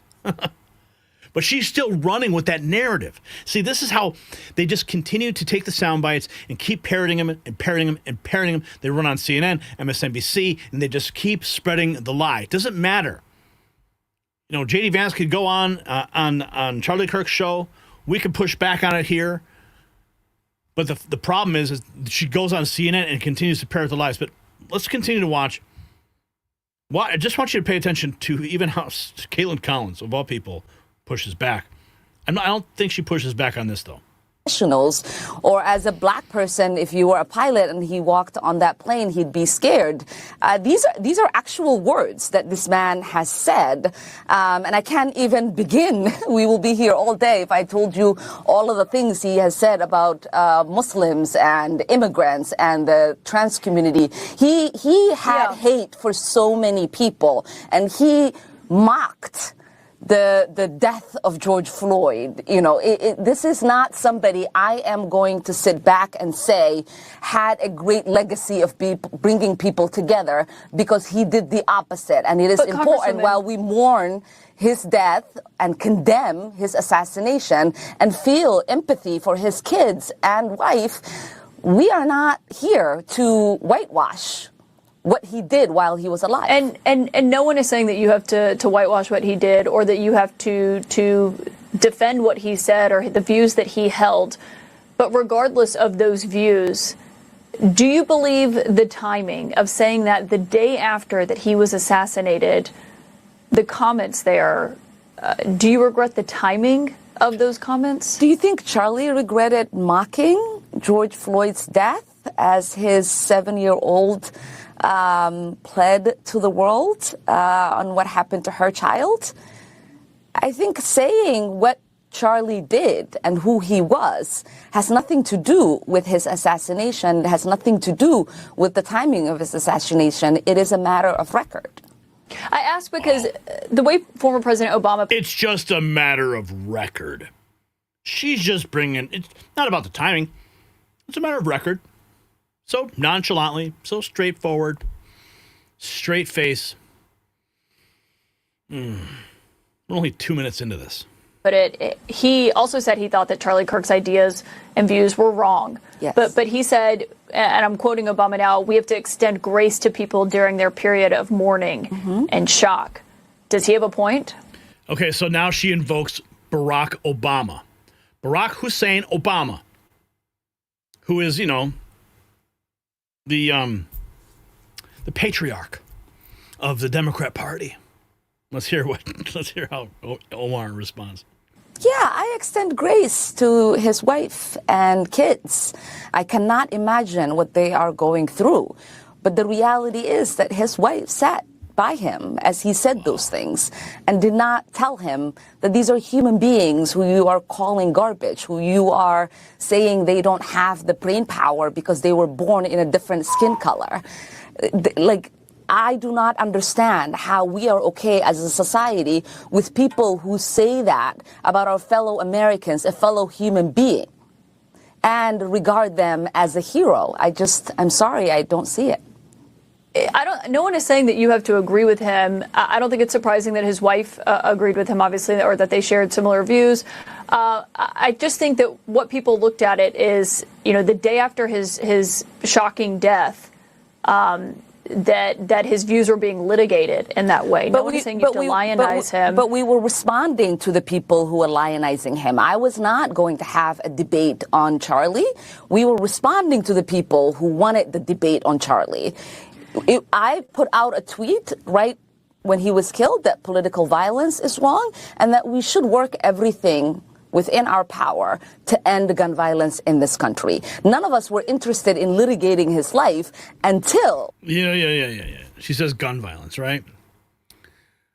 It's the lunacy. It is inside the brain and the soul of the individuals who are committing these acts against conservatives, who committed the act against Charlie Kirk. Okay, it's not gun violence. It's pure hatred executed. his supporters and our House Republican colleagues decided to say he was akin to Martin Luther King, who this man loathed. So you invited us into that debate that you wanted to have, that you said Charlie was always interested in. And so you cannot get upset. You can't be mad if people then hold that mirror and say, but here's really who he was. And we cannot forget. It's one thing to ask us to condemn the violence, but it's another for you to ask us to pretend Charlie wasn't who Charlie was. I'm not sure anyone's asking that. I mean, maybe some people are. That is what people are asking. I'm certainly not asking that. But that is what people are asking. People are asking and are getting fired for sharing Charlie's words. Well, and some people were celebrating it. That was part of it. But I haven't seen that. I've just seen people sharing his words. There was a town hall that you had 6 days ago. You called Kirk a quote, hateful man, and you had reposted a video that I'm sure you've seen you've taken criticism for. It's a video that called him a reprehensible human being and said Kirk was Dr. Frankenstein and his monster shot him through the neck. Why repost that video? Because there were a lot of things in the video that I did agree with. Obviously, we share videos. We don't have to agree with every single word. But I do believe he was a reprehensible, hateful man. Like, that is my view of the words that he has said about every single identity that I belong to. He didn't believe that we should have equal access to anything. He also just didn't even believe I could be smart enough. I could have thoughts that could be equal to a white man. Where are we missing this conversation about who this man was and the things that he said? Do you not find that reprehensible, Caitlin? Well, of course I don't. Do you think I don't have subscribe to that? But do you think I don't have the brain processing power like you or a white man? Well, of course not. And I think it's very clear here that I'm not sharing his views, and I don't justify them. But if somebody said that, would you say that would be reprehensible views? I think the argument that was being made. No, but I'm asking what you. We have heard. What I'm asking you is, would you say that? Yeah, I understand what you're asking me. But you're asking me, how could I find him reprehensible? Like, that is reprehensible. You said it is reprehensible yourself. That is vile, it's reprehensible, and it is hateful. No, I'm not asking why you think he's reprehensible. I think you're obviously allowed to have your own views. That's why we have you on here so often, because we like to hear your views and what you think on something. I just think it was the video where it called him Dr. Frankenstein and said his monster shot him through the neck. I mean, obviously this is a person, and looking at this is someone who was a husband and a father, and in the days after his shocking death, that happened as a result of his views, or it happened as a result as he was sharing his views publicly with people, that people found it jarring to hear such criticism of that in the immediate aftermath of what I find jarring is that there are so many people willing to excuse the most reprehensible things that he said, that they agree with that they're willing to have monuments for him, that they want to create a day to honor him, and that they want to produce resolutions in the House of Congress honoring his life and legacy.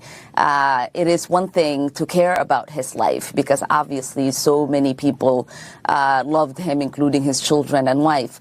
But I am not going to sit here and be judged for not wanting to honor any legacy this man has left behind. That should be in the dustbin of history, and we should hopefully move on and forget the hate that he spewed every single day.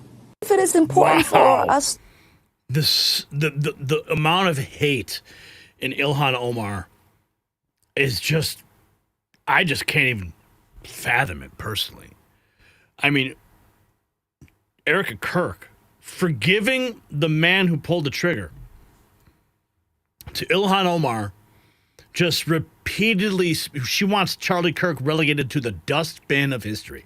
She wants Charlie Kirk's memory to be ground into dust and discarded to the wind. That's Ilhan Omar. So from that town hall, we've got a longer clip here.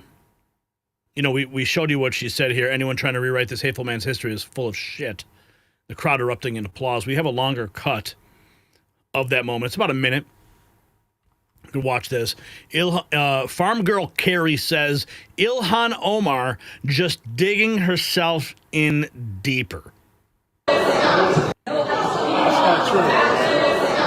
So I'm just wondering which approach is better, to call upon those who disagree with you to come to open debate and dialogue, or to say that those who disagree with you and have a different worldview are full of shit. So you must have selective hearing, sir, because I said that the people who were full of shit were the people who were saying that Kirk was civil. He was, yeah. No, that's not true. The person who called for public execution of people he disagreed with is not civil. The person who said... Okay, first of all, he never called for the public execution. He did say that Joe Biden should be executed if he's found guilty. There's a very big difference there. Okay? You have to go through a legal process to get the death penalty. And one certain individual is about to find out what that's like. So, but again, here she is spewing her lies, saying that he called for public execution. But she's leaving out the important part, that due process is required before that can ever happen. Unbelievable. Was civil. He was, yeah. No, that's not true. And he was civil. He was absolutely civil. Okay, did Charlie Kirk go and firebomb Starbucks? Did he, burn down a Target, loot a Target, or a 7-Eleven to get his point across? No. He peacefully went to college campuses with a microphone and debated people. That's all he did. That's pretty civil, in my opinion. I hope I'm not missing. Am I right? That's civil, right? That's pretty civil. Was civil. He was, yeah. No, that's not true. The person who called for public execution of people he disagreed with is not civil. The person who said if you are a black woman, you lack the ability to process thoughts is not civil. The person who said because I am Muslim, I cannot be in this country because I want to destroy Western society is not civil. The person who said a 10-year-old should be forced to carry the child of her rapist is not civil.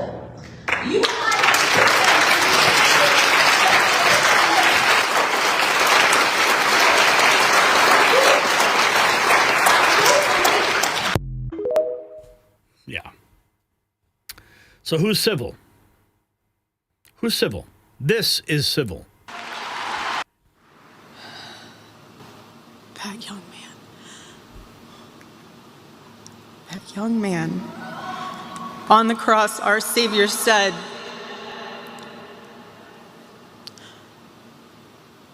Father, forgive them, for they not know what they do. That young man,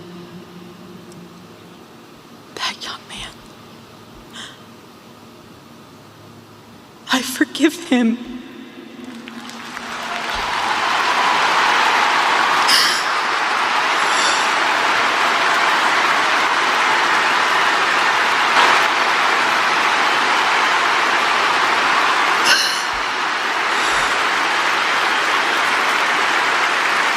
You know what? We forgive Ilhan Omar too. If you got value from this report, tap subscribe. My final thought is next. So this moment will echo throughout history. Erica Kirk stood before the nation and forgave the man who murdered her husband. Think about that strength. That's Christianity in action. The same grace Pope John Paul II showed his would-be assassin. It takes supernatural power to forgive like that. Meanwhile, Ilhan Omar took a microphone in a house of worship and called Charlie Kirk and the people who would supposedly whitewash him full of shit, and people applauded. The crowd cheered hatred of the dead. Even CNN's own Caitlin Collins looked disturbed. One woman chose heaven's path. The other chose hell's. This is the choice facing every American right now. Forgiveness or fury. Faith or hatred? Light or darkness? I ask you this. Which side are you on?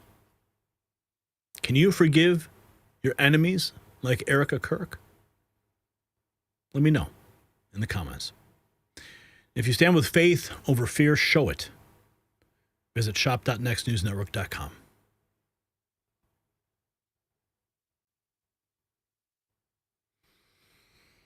Oh, man. Deadpool says, I can forgive a lot, but not the murder of an innocent person. They need to be locked up for saying that, says Lynn. The path to hell is wide, says Freebird. Has to be forgiveness. This, the breaks, give her 50 years in prison. Ulysses says, earthly consequences are coming. Faith over fear. Amen.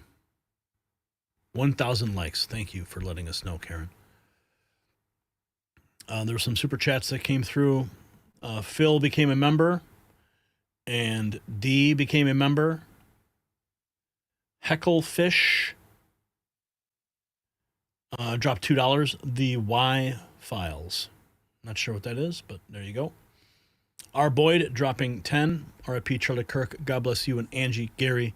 Much love to the fam. Thank you, R. Boyd. AJ Cruz dropping $2. Jesus is King. Yes, he is. Amen. All right, we're not done yet. We got some more to get to in this next segment. Some news out of the press briefing today. Some remarks from Air Force One earlier today. We're going to get to that as well. Trump unleashing holy fire on the crooked Democrats.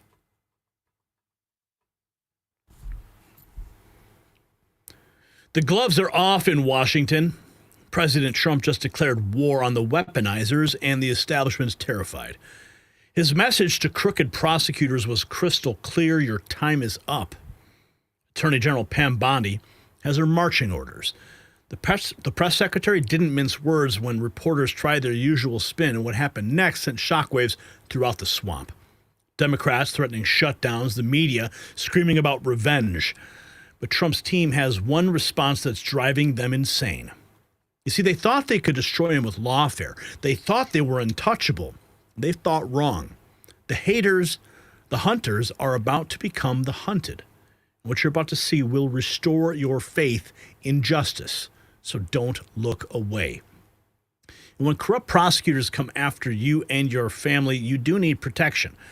A 2025 survey found that over half of U.S. adults are concerned about how fast their skin is aging, with 40% fixating on random wrinkles and dark spots. If that sounds like you, you're not alone. More and more people are noticing visible changes in their skin far earlier than expected.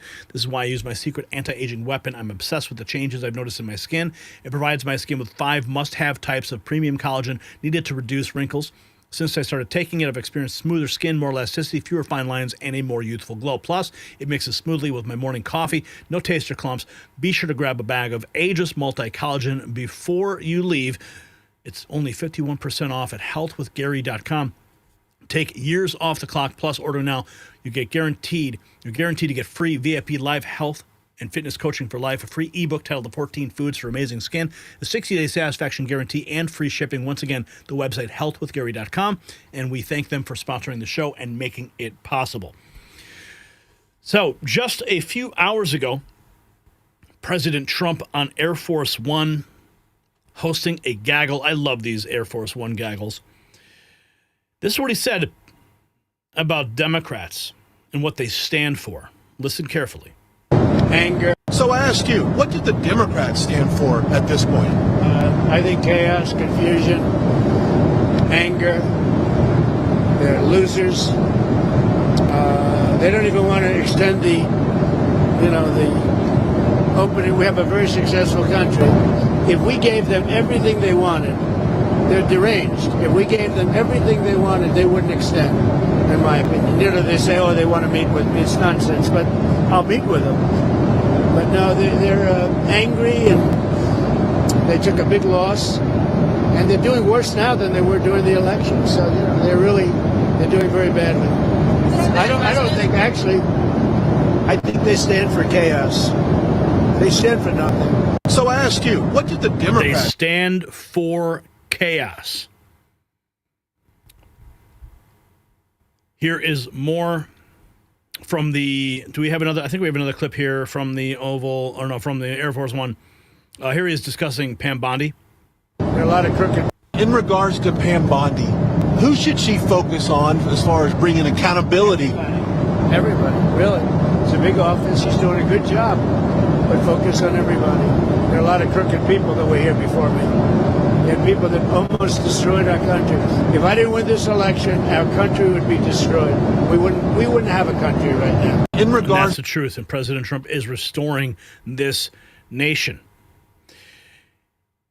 Speaking of corruption, the press secretary was asked about Letitia James today, just a few hours ago in the James Brady briefing room.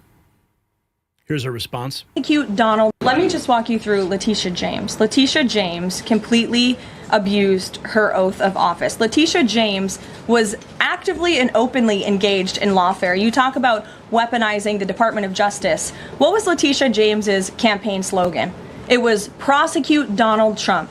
She was saying she was going to prosecute Donald Trump before she even knew if Donald Trump committed a crime, which of course we did not. Those are not the words of a serious prosecutor. Those are the words of a corrupt politician who is abusing their power. She actively campaigned on that. She also led the witch hunt, the financial fraud investigation against President Trump and the Trump Organization, in an appeals court tossed that case out, a $500 million civil fraud penalty in August, which was another win for the president, and exonerated him of this witch hunt and showed that this is an individual who is corrupt and abused her oath of office. And we also have evidence of her mortgage fraud. An April report from a white-collar fraud investigator found that there was documented evidence that James engaged in a consistent pattern of financial and property disclosures that raise serious legal questions. But why won't the president accept the conclusions of his Justice Department to not bring charges against Letitia James? In fact, you had Bondi and Blanche top DOJ leadership who were against ousting Eric Siebert, who again was picked by President Trump. I just answered that question for you, and the president has every right to express how he feels about these people who literally campaigned on trying to put him in jail, who literally tried to ruin his life and ruin his businesses, and he wants to see accountability for those who abuse their office and abuse their power. And Letitia James absolutely did that, whether you want to admit it or not. Is that not Jeff, retribution, though? Jeff, it's accountability. Let me just Retribution? No, it's accountability. Now, there's been some news surrounding Tom Homan lately, and the press secretary smacking down the fake news. Listen.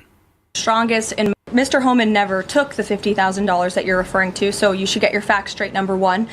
Number two, this was another example of the weaponization of the Biden Department of Justice against one of President Trump's strongest and most vocal supporters in the midst of a presidential campaign. You had FBI agents going undercover to try and entrap one of the president's top allies and supporters, someone who they knew very well would be taking a government position months later. Mr. Homan did absolutely nothing wrong, and even the president's Department of Justice, even Kash Patel's FBI, looked into this just to make sure. They had a number of different prosecutors and FBI agents who looked into this. They found zero evidence of illegal activity or criminal wrongdoing in the White House, and the president stand by Tom Homan 100% because he did absolutely nothing wrong, and he is a brave public servant who has done a phenomenal job in helping the president shut down the border. Mr. Homan never. So there's news going around now. They're trying to say that Tom Homan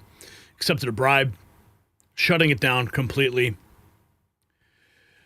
Here's more from the press secretary today. The president is fulfilling his promise to restore a Department of Justice that demands accountability. And it is not weaponizing the Department of Justice to demand accountability for those who weaponized the Department of Justice. And nobody knows what that looks like more than President Trump.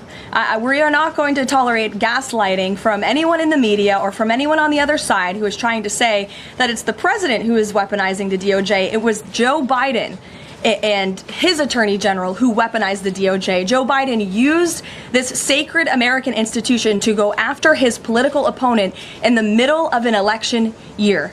And you look at people like Adam Schiff and like James Comey and like Letitia James, who the president is rightfully frustrated. He wants accountability for these corrupt fraudsters who abused their power, who abused their oath of office to target the former president and then candidate for the highest office in the land.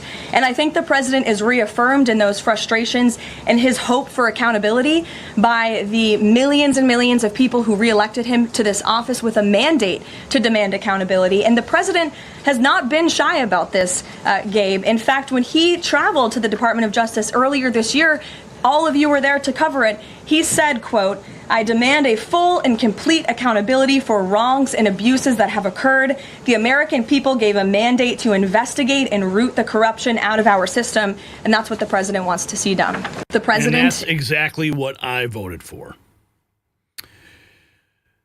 Here we have 100%. Democrats shut down. Can't wait. Then President Trump can dismantle every corrupt department. Thanks, Democrats. We couldn't do it without your greed and stupidity. Senator Pat Murray, 10 hours ago, writing, "Compromise is a very basic principle every American understands. Republicans don't bother working with Democrats just because Trump said so. It will be a Republican shutdown. Republicans control the House, Senate, and White House. The American people will know who to blame." Option. If you want Democratic votes, you need to work with us. Compromise is a very basic principle every American understands. And if Republicans don't bother working with Democrats just because Donald Trump said so, it will be a Republican shutdown. Republicans control all of government, the House, the Senate, the White House. The American people know who to blame. Democrats are fighting to repeal the cuts, to lower your costs, and to save your health care. To my Republican colleagues, inaction is not an option. If you want I say shut it down. You guys know how I feel about this. Shut it down. Government does more damage when it's open. Here is Marjorie Taylor Greene. Have direct. Hi, everyone. Just wanted to give you the news. If you haven't seen it already, we now have direct evidence that Joe Biden took payments, direct payments from his brother, Jim Biden, in a complete money laundering scheme. And this links him to foreign investments. Democrats have been giving us hell. The media has not believed our stories. On oversight, we have been investigating Joe Biden directly and his corruption through his family businesses because Joe Biden is the brand. Well, now we have a check for $200,000 that came through a company that his brother had invested in, and they were cycling money through from foreign investments. This is the most explosive news. This news needs to be spread everywhere. Make sure you tell everyone you know. Share this video. Share this post. Joe Biden has been busted, and we just got the goods. We have the receipts, and we have an actual check that Joe Biden received directly made out to him from his brother, Jim Biden, for $200,000. Again, this check was written to him. I mean, we've been waiting for that shoe to drop for a long time. And, of course, Sebastian, just as cynical as I am, not a single Democrat will be arrested. That's how deep the corruption is in Washington. When are they going to be held accountable? Well, press secretary says it's not retribution, it's accountability. Laura Loomer posting this 24 hours ago. It hurts my heart that we have... I'll let you read it. I'll let you read that, okay? Are you done reading it? All right. So here she's quote tweeting a video of Jasmine Crockett. One of the things I do want to point out that's not been laid out that honestly hurts my heart is when I saw the no votes, there were only 2 Caucasians. For the most part, the only people that voted no were people of color because the rhetoric that Charlie Kirk continuously put out there was rhetoric that specifically targeted people of color. And so it is unfortunate that even our colleagues could not see how harmful his rhetoric was specifically to us. And you know what? One of the things I do. More lies from Jasmine Crockett, but, you know, that's what happens when she opens her mouth. This just in, Bill Maher sparring with liberal actor Rob Reiner, who wants to put conditions on Democrats even speaking to the GOP. Well, that sounds quite the contrary to what we just heard that senator say. But here's the thing. This would make some sense for the Democrats if they had any power. But the idea of we don't talk to you when we don't even have the power, of course you have to talk to people. I mean, there was an article somebody wrote, he was... But here's the thing. You're right, but here's the thing. Let's say we're going to have that argument. You're going to try to talk to somebody and you have a point of view, the other person has a point of view. Before you have the exchange, you have to agree on certain facts. No, you don't. You can't. Once you start down that road. Well, no. It's like these are, you just have to talk to people. No, you talk to people. But if somebody says 2 + 2 is 4 and the other guy says, no, it's not, how do you begin the discussion? Because Rob, that's a slippery slope. I agree. There are certain things that we all think. And then there are people, I'm sorry, everybody, I know this from doing this show, for so many people who've sat here and they're like, oh, this is a smart person, this is a rational person, and then there's like one thing, they don't believe we landed on the moon. And you're just like, no, if you start down that road of, I can't talk to you if you believe this crazy thing, because maybe so you let's just say can't. This would make some sense for the Democrats if they... Rob Reiner, you need to have dialogue, you need to have discussion, end of story. Or else you get more situations like we saw. But the corruption is now in the crosshairs. Clearly, President Trump, press secretary, laying it all out. If you got value from this report, tap subscribe. My final thought is next. Now, Letitia James campaigned on prosecuting Trump before she even knew he committed a crime. She turned the justice system into a political weapon. Now she's about to learn what real justice looks like. When the press secretary tried to spin it as retribution, the press secretary shut them down with 2 words. It's accountability. The difference does matter. Democrats weaponize the DOJ, the FBI, and state prosecutors to target their enemies. They thought they'd never face consequences. Well, they were wrong, and Trump said it plain. There were a lot of crooked people here before me. They almost destroyed our country. And now it's time to clean house. The same prosecutors who perverted justice are about to face it. Should corrupt prosecutors who abuse their office for politics face criminal charges? Let's have a conversation in the comments and show where you stand. Grab your American Badass gear at shop.nextnewsnetwork.com.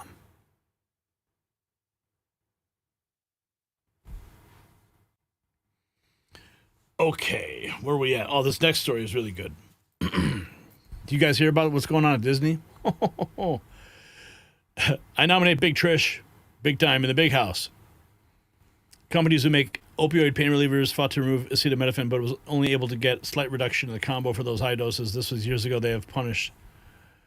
Sup, Boyd? Captain Spaulding's here. That's terrifying. Deadpool snipes. I've never been in space, so I can't tell you if Earth is round or flat. Oh, you guys have an Earth is flat conversation? Oh, boy. No, it's round, guys. Sorry. Yeah, it's round. Jimmy Kimmel loves sucking Mickey Mouse's... Ah! Yeah, buckle up, guys. Buckle up. All right.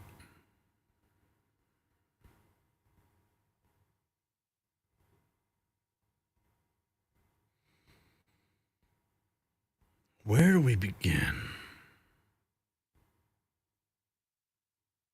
Okay.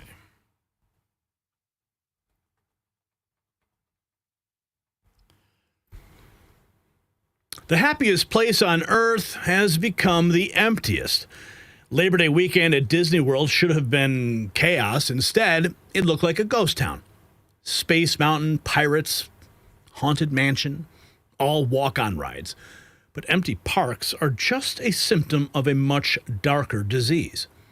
What Disney executives were caught saying on camera will make your blood boil. What they're hiding in their contracts could cost lives. Meanwhile, Disney's ABC pulls Jimmy Kimmel off the air to avoid inflaming tensions, then brings him back with Gavin Newsom as his first guest. That's not comedy, it's campaigning. When the vice president's family can't even visit without being attacked by radicals, you know something is broken. The evidence is everywhere. The collapse is accelerating, so wait till you see this. Now, let me ask you something. If you built up $100,000 or more in investments, do you really want it all riding on the stock market? Think about it. Banks, billionaires, even entire countries are loading up on physical gold and silver. Why? Because when markets swing, real assets hold their value. That's why I want to tell you about Noble Gold Investments to make it simple to own investment-grade gold and silver, the same kind the big players are buying. And you can actually hold it in your hand or put it safely in your retirement account. You worked hard to build your wealth. Isn't it time you protected it? Noble Gold is family-owned, trusted by thousands, and ranked #1 in gold IRAs 4 years in a row. Their precious metal specialists are standing by to answer your questions and walk you through every step. Simple, safe, and easy. Visit nextnewsgold.com. That's nextnewsgold.com. It's time to protect what you've built. It's linked below, or you can call that number on the screen, 877-646-5347. And when Colin answers the phone, tell him Gary said hello. All right. So you may have heard Jimmy Kimmel was kicked off the air indefinitely. Well, now ABC's bringing Jimmy Kimmel live back nationwide, but not on Sinclair's 38 ABC affiliates. The left is already celebrating this as a huge win, but they don't want to tell you this. 38 ABC affiliates said nay. Sinclair says it will preempt Kimmel with news until ABC meets its demands, so most viewers will see Kimmel, but the millions in the Sinclair markets will not. Here's the official notice from Sinclair. Beginning Tuesday night, Sinclair will be preempting Jimmy Kimmel Live across our ABC affiliate stations, replacing it with news programming. Discussions with ABC are ongoing as we evaluate the show's potential return. So, what is going on? Here's more from that Sinclair Media. Chairman of the FCC. This is from CNN. And good evening, I'm Erin Burnett. Out front tonight, the breaking news. Jimmy Kimmel returning to ABC in just about 24 hours, once again set to host his late night show, Jimmy Kimmel Live. It's only been about 1 week. Can you believe it was only a week ago? What a week it has been since ABC suddenly pulled his program because of comments Kimmel made after the assassination of Charlie Kirk. ABC parent company Disney, in a statement tonight, writing, and I quote, "Last Wednesday, we made the decision to suspend production of the show to avoid further inflaming a tense situation at an emotional moment for our country. It is a decision we made because we felt some of the comments were ill-timed and thus insensitive. We've spent the last days having thoughtful conversations with Jimmy, and after those conversations, we reached the decision to return the show on Tuesday." Now, the statement's important, not just because of the incredible speed with which all of this played out, but also because nowhere in there did ABC even try to put a fig leaf on this, with any attempt to say that this was a business decision. They didn't try to do that. They didn't try to blame the ratings, because everyone could plainly see what it was and that it was not about the ratings. But the FCC chair, Brendan Carr, ready to weigh in, is still trying to say that the sky is green, saying this even today. Jimmy Kimmel is in the situation that he's in because of his ratings, not because of anything that's happened at the federal government level. What about we can do this the easy or the hard way? Well, obviously, Carr took his cue and his talking point from his boss. I think Jimmy Kimmel's terrible. You know what suspended him? His talent. You know what else is really what? Take a look at this guy, his ratings. That's what got Jimmy Kimmel out. He was terrible. Jimmy Kimmel was fired because he had bad ratings more than anything else. So now he's back. But what's going on over at Disney? They bring back Jimmy Kimmel. Big headlines today. The Mirror, Disney World empty as Americans fear tourism is finished in Florida. Why is the happiest place on earth collapsing into the emptiest place on earth? Labor Day weekend should have been packed. Instead, Magic Kingdom was a graveyard. Space Mountain, walk right on. Haunted Mansion, walk right on. Pirates of the Caribbean, walk right on. Seven dwarfs barely touch 30 minutes. Families walking through empty parks that once overflow with joy. The dream is dead. But the empty parks are a symptom. The real sickness is Disney's betrayal of American families. They've turned Walt's dream into a nightmare of woke propaganda, price gouging, and political indoctrination. Ticket prices sky high, beloved rides shut down forever. Parents can't afford it anymore. Families don't feel safe there anymore. Universal's new epic universe, I've been there, is eating their lunch while Disney bleeds out. It's not just the parks. Disney Plus is poisoning homes across America. Executives caught on camera bragging about their not-so-secret gay agenda, openly admitting they sneak sexualized themes into children's programming. Kids can't watch a cartoon anymore without being bombarded with rainbow indoctrination, gender confusion, and radical ideology disguised as entertainment. From Lightyear shoving same-sex kisses into Pixar films to Marvel rewriting heroes to fit political checklists to children's shows where drag queens and gender propaganda are slipped in under the radar, Disney has made it clear they want to reprogram your kids, and they're proud of it. Families have noticed parents are canceling Disney Plus in droves. Grandparents who once gifted Disney classics to their grandkids now warn against it. Instead of Mickey Mouse magic, Disney's become a Trojan horse for the radical left, a billion-dollar indoctrination machine aimed at the youngest, most vulnerable minds. Meanwhile, Disney's corporate empire runs cover for its propaganda by embedding itself deeper into politics. They pulled Jimmy Kimmel off the air to avoid inflaming tensions, then brought him back with Gavin Newsom as a guest. That's not comedy, that's campaigning. Disney is using late-night TV as a political weapon. Even the parks themselves are war zones. When Vice President J.D. Vance brought his family to Disneyland, they were mobbed and heckled by leftist radicals. Think about it. A family trip to the supposed happiest place on earth turned into a protest march. Disney isn't protecting families anymore. They've made themselves a magnet for chaos, and the backlash is overwhelming. Parents on social media are warning each other to avoid Disney. Investors whisper about collapse. TikTokers documenting ghost town parks. Every step Disney takes, every cancellation of a beloved ride, every ideological stunt on Disney Plus, every political move with ABC and Kimmel drives them deeper into the abyss. This is not Walt's vision. Walt Disney built a kingdom on timeless values, family imagination, hope, joy, and the people running Disney today have spit on his legacy. They've replaced it with division, indoctrination, and open contempt for the very families that built the empire.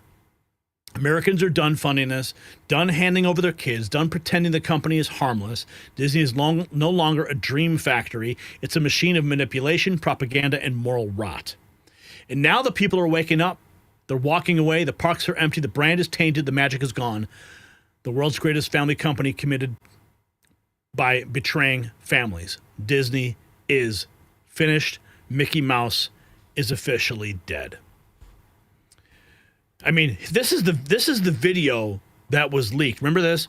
Here's the flashback. The leaked Disney Zoom call, the executive bragging about the not at all secret gay agenda, sneaking queer themes into kids' shows like Proud Family.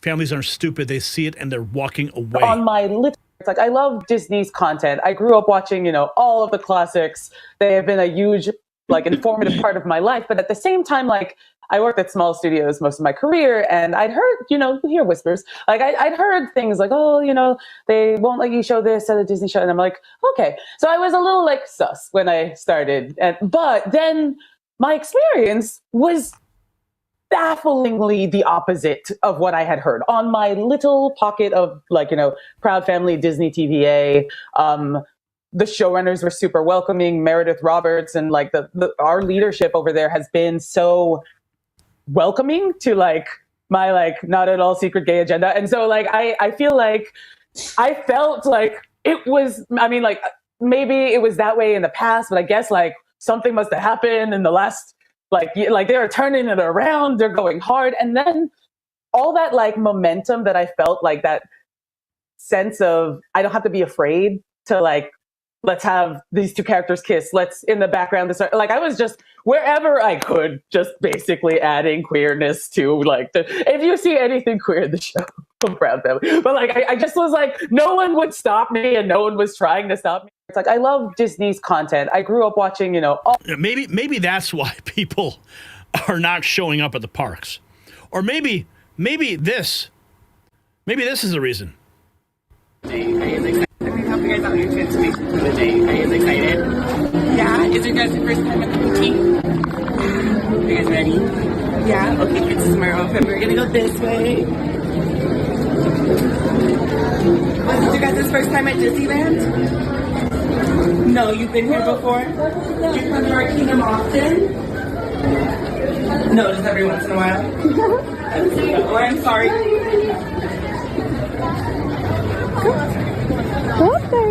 your little statement and then take your dressing room to get you all dressed up. Speaking of, is Rapunzel your favorite princess? Yeah, she's one of my favorite princesses too. I love her because she's so strong. She's a great leader too.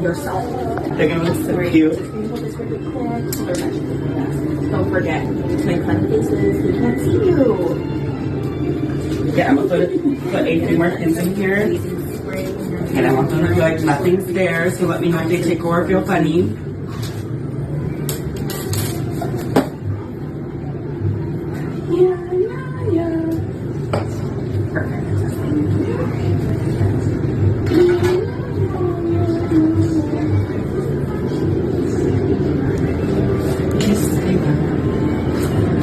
It's gonna help protect your neck from all my potions and serums, so they don't just kind of feel uncomfortable. I'm gonna try it and then let me know if it feels okay, Princess. Does that feel okay? Awesome.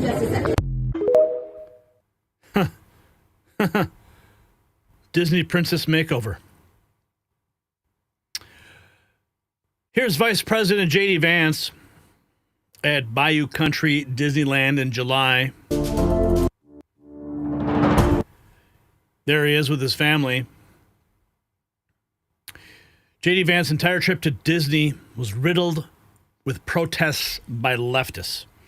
Vice President J.D. Vance encountered heckling and widespread protests during his family visit to Disneyland in Anaheim, California over the weekend. Hundreds of demonstrators gathered outside the theme park. Los Angeles Times reported voicing their disapproval of Vance's presence amid ongoing immigration and customs enforcement raids across California.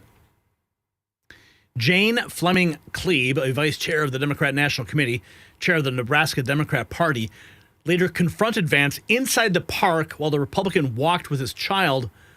Vance's visit disrupted park operations as security measures increased, resulting in prolonged wait times and temporary ride closures for other guests, according to The Independent.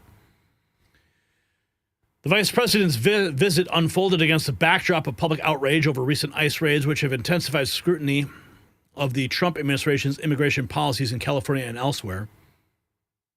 Vance has previously spoken against Disney, calling for an end to what he alleged were government handouts and denouncing their diversity and inclusion initiatives. In 2022, he called Disney woke and accused them of declaring war on America's children. That's what this is. That's what this is on your screen. That's the war on America's children right there. Here's that news about from Fox. Jimmy Kimmel announces Gavin Newsom will be tomorrow night's return to air guest. Disney announces Jimmy Kimmel Live will return on Tuesday. You want to side with a grotesque pedo Disney? You pay the price. Oh, and Kimmel do not pay his piece. Oh, and Kimmel do not pay his piece of a dime to or apologize. Wow, these people are just full of hatred. Wow. Here's one person, a retired couple. My wife and I can no longer afford Disney World. It was affordable in the 80s and 90s. Ideologically speaking, they've betrayed Walt Disney's entire rationale for Disneyland. Another saying, the place is so dirty, I wouldn't take my family there. Another person saying, oh, I wonder why. Disney World's been a ghost town this summer, with visitors sharing different theories about what might be behind the quiet scenes. Over the last 10 years, they've actively pissed me off, this writer says, and they expect me to spend $100 a head to buy a ticket. Screw them. This writer says they should have done it years ago. Disney has arbitration in their Disney Plus terms of service that extends into their parks. So if you got hurt or a family member is killed or dies due to food or allergy, you can't sue them for damages. Did you know that when you sign the agreement for Disney Plus services, the agreement says you will not hold Disney liable, and that Disney extends to their parks, so if you get hurt, you can't hold Disney liable. Here's when J.D. Vance recounted that moment on the Charlie Kirk show when he hosted. Not my wife and I decided to take our kids to Disneyland one weekend. We had fun, and to be clear, most of the guests said very nice things, or they just left us alone. But there was a loud and very vocal minority that would shout at my children, who were 8, 5, and 3, whenever they got the opportunity. "You should disown your dad, you little shit," one middle-aged woman yelled at my 5-year-old. "Tell the Secret Service to protect the Constitution, not your father," screamed another. Are these women violent? Probably not. Are they deranged? Certainly.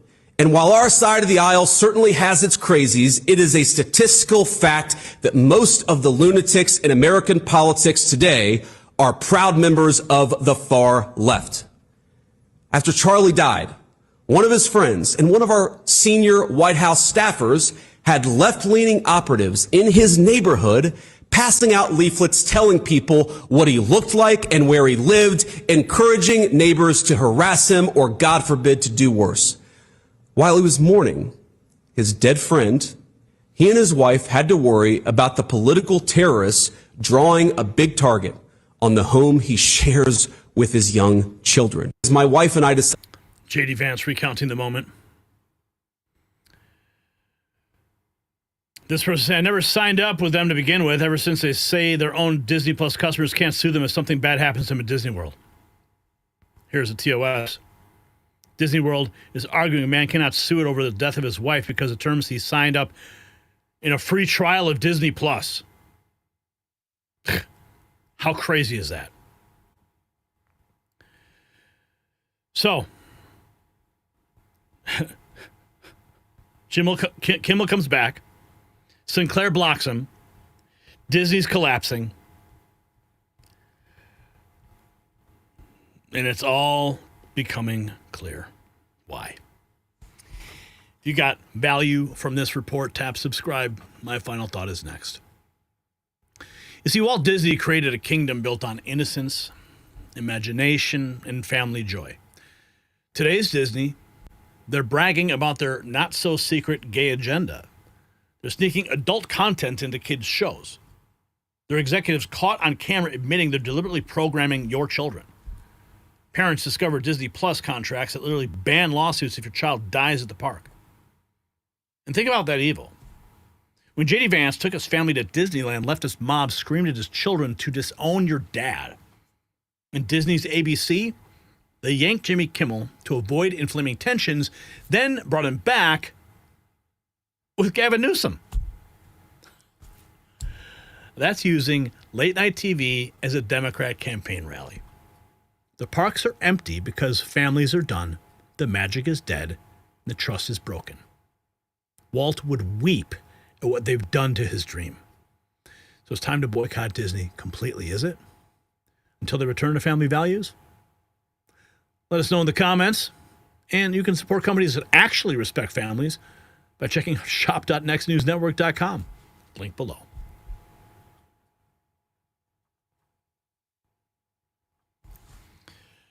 Oh yeah, bugs next. Cancel bugs, cancel bugs. Not even a week off, Ulysses. Demon rats do care about people. Walt would be turning over in his grave. People don't know eating bug protein can give you a tumor? What? Ew. Regine says, yes, I started boycotting Disney many years ago. It's not when you wish upon a porn star. Oh my God. That's funny. That's funny. We need some new theme parks that hold Americans' real values. You know, and that's why when my family, we go down to Orlando, we don't go to Disney. We go to Universal. And we have a great time. I mean, the parks are actually much better. Easier to get around. And my kids love it. The rides are 100 times better. They try to change It's a Small World to It's a Drag World. I've never been to Disneyland either. Disney is just a fairyland. That's funny. Walt Disney was given the land by the government. Walt was corrupt. Do your homework. All right, Firecracker, thank you. Gary missed my last super chat. Oh, I did, didn't I? Charlie, let's see, $5. Charlie praised Jesus in every speech. How is that considered evil? Well, when they consider Jesus evil, so that's why. I used to go to Six Flags, Great America, Gurnee, Illinois. Yes, I remember that. Been there a couple times. All right. So what a day. What an absolute historic day that we've witnessed together. So let's recap the bombshells that have just reshaped America. Trump and RFK Jr. stood in the White House and shattered decades of medical censorship. They revealed autism rates have exploded 400%, while Big Pharma silenced anyone who dared ask why. The FBI is rewriting warnings. $50 million is flowing into research. Mothers who've been gaslit for years are finally being heard. The medical establishment's wall of silence just came crashing down. Then we exposed the Southern Poverty Law Center's dark pipeline to Antifa terrorism. The same group that marked Charlie Kirk for death has been harboring violent radicals. Their lawyer, through Molotov cocktails, their analyst was called Antifa's secret weapon. Well, they attack soccer moms as extremists that protect actual terrorists. But Trump signed that executive order today. Antifa's reign of terror ends now. And at Charlie Kirk's memorial, we saw the spiritual battle for America's soul. Erica Kirk forgave her husband's killer, showing divine grace that brought grown men to tears. Now, this stood in powerful contrast to what happened right after Kirk's assassination, when Ilhan Omar stood in a house of worship and called Charlie and the people who would defend his message as full of shit. And the crowds there cheered. So the forgiveness of Erica Kirk answered last week's hatred. One woman chose heaven, the other chose hell. And the contrast could not be clearer. Trump's Justice Department, done playing games. It's not retribution, it's accountability. They declared Letitia James, who campaigned on jailing Trump before finding a crime in his crosshairs. The prosecutors who weaponized our justice system are about to face real justice. The hunters have now become the hunted. And over at Disney, the Magic Kingdom is a ghost town.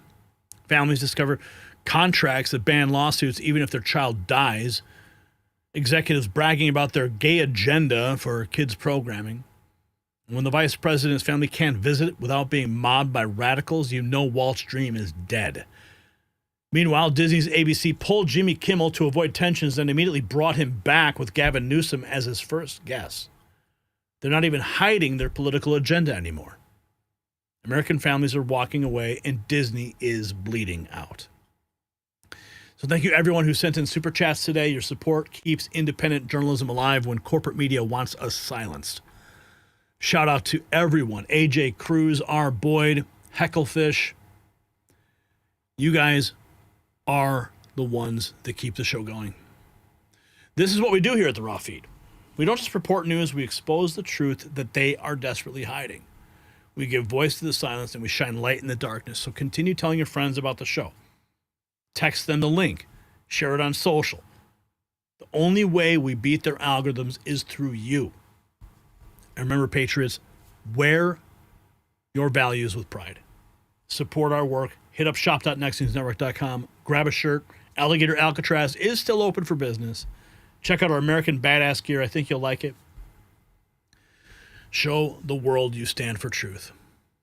The revolution isn't coming, friends. It's here, and you're a part of it.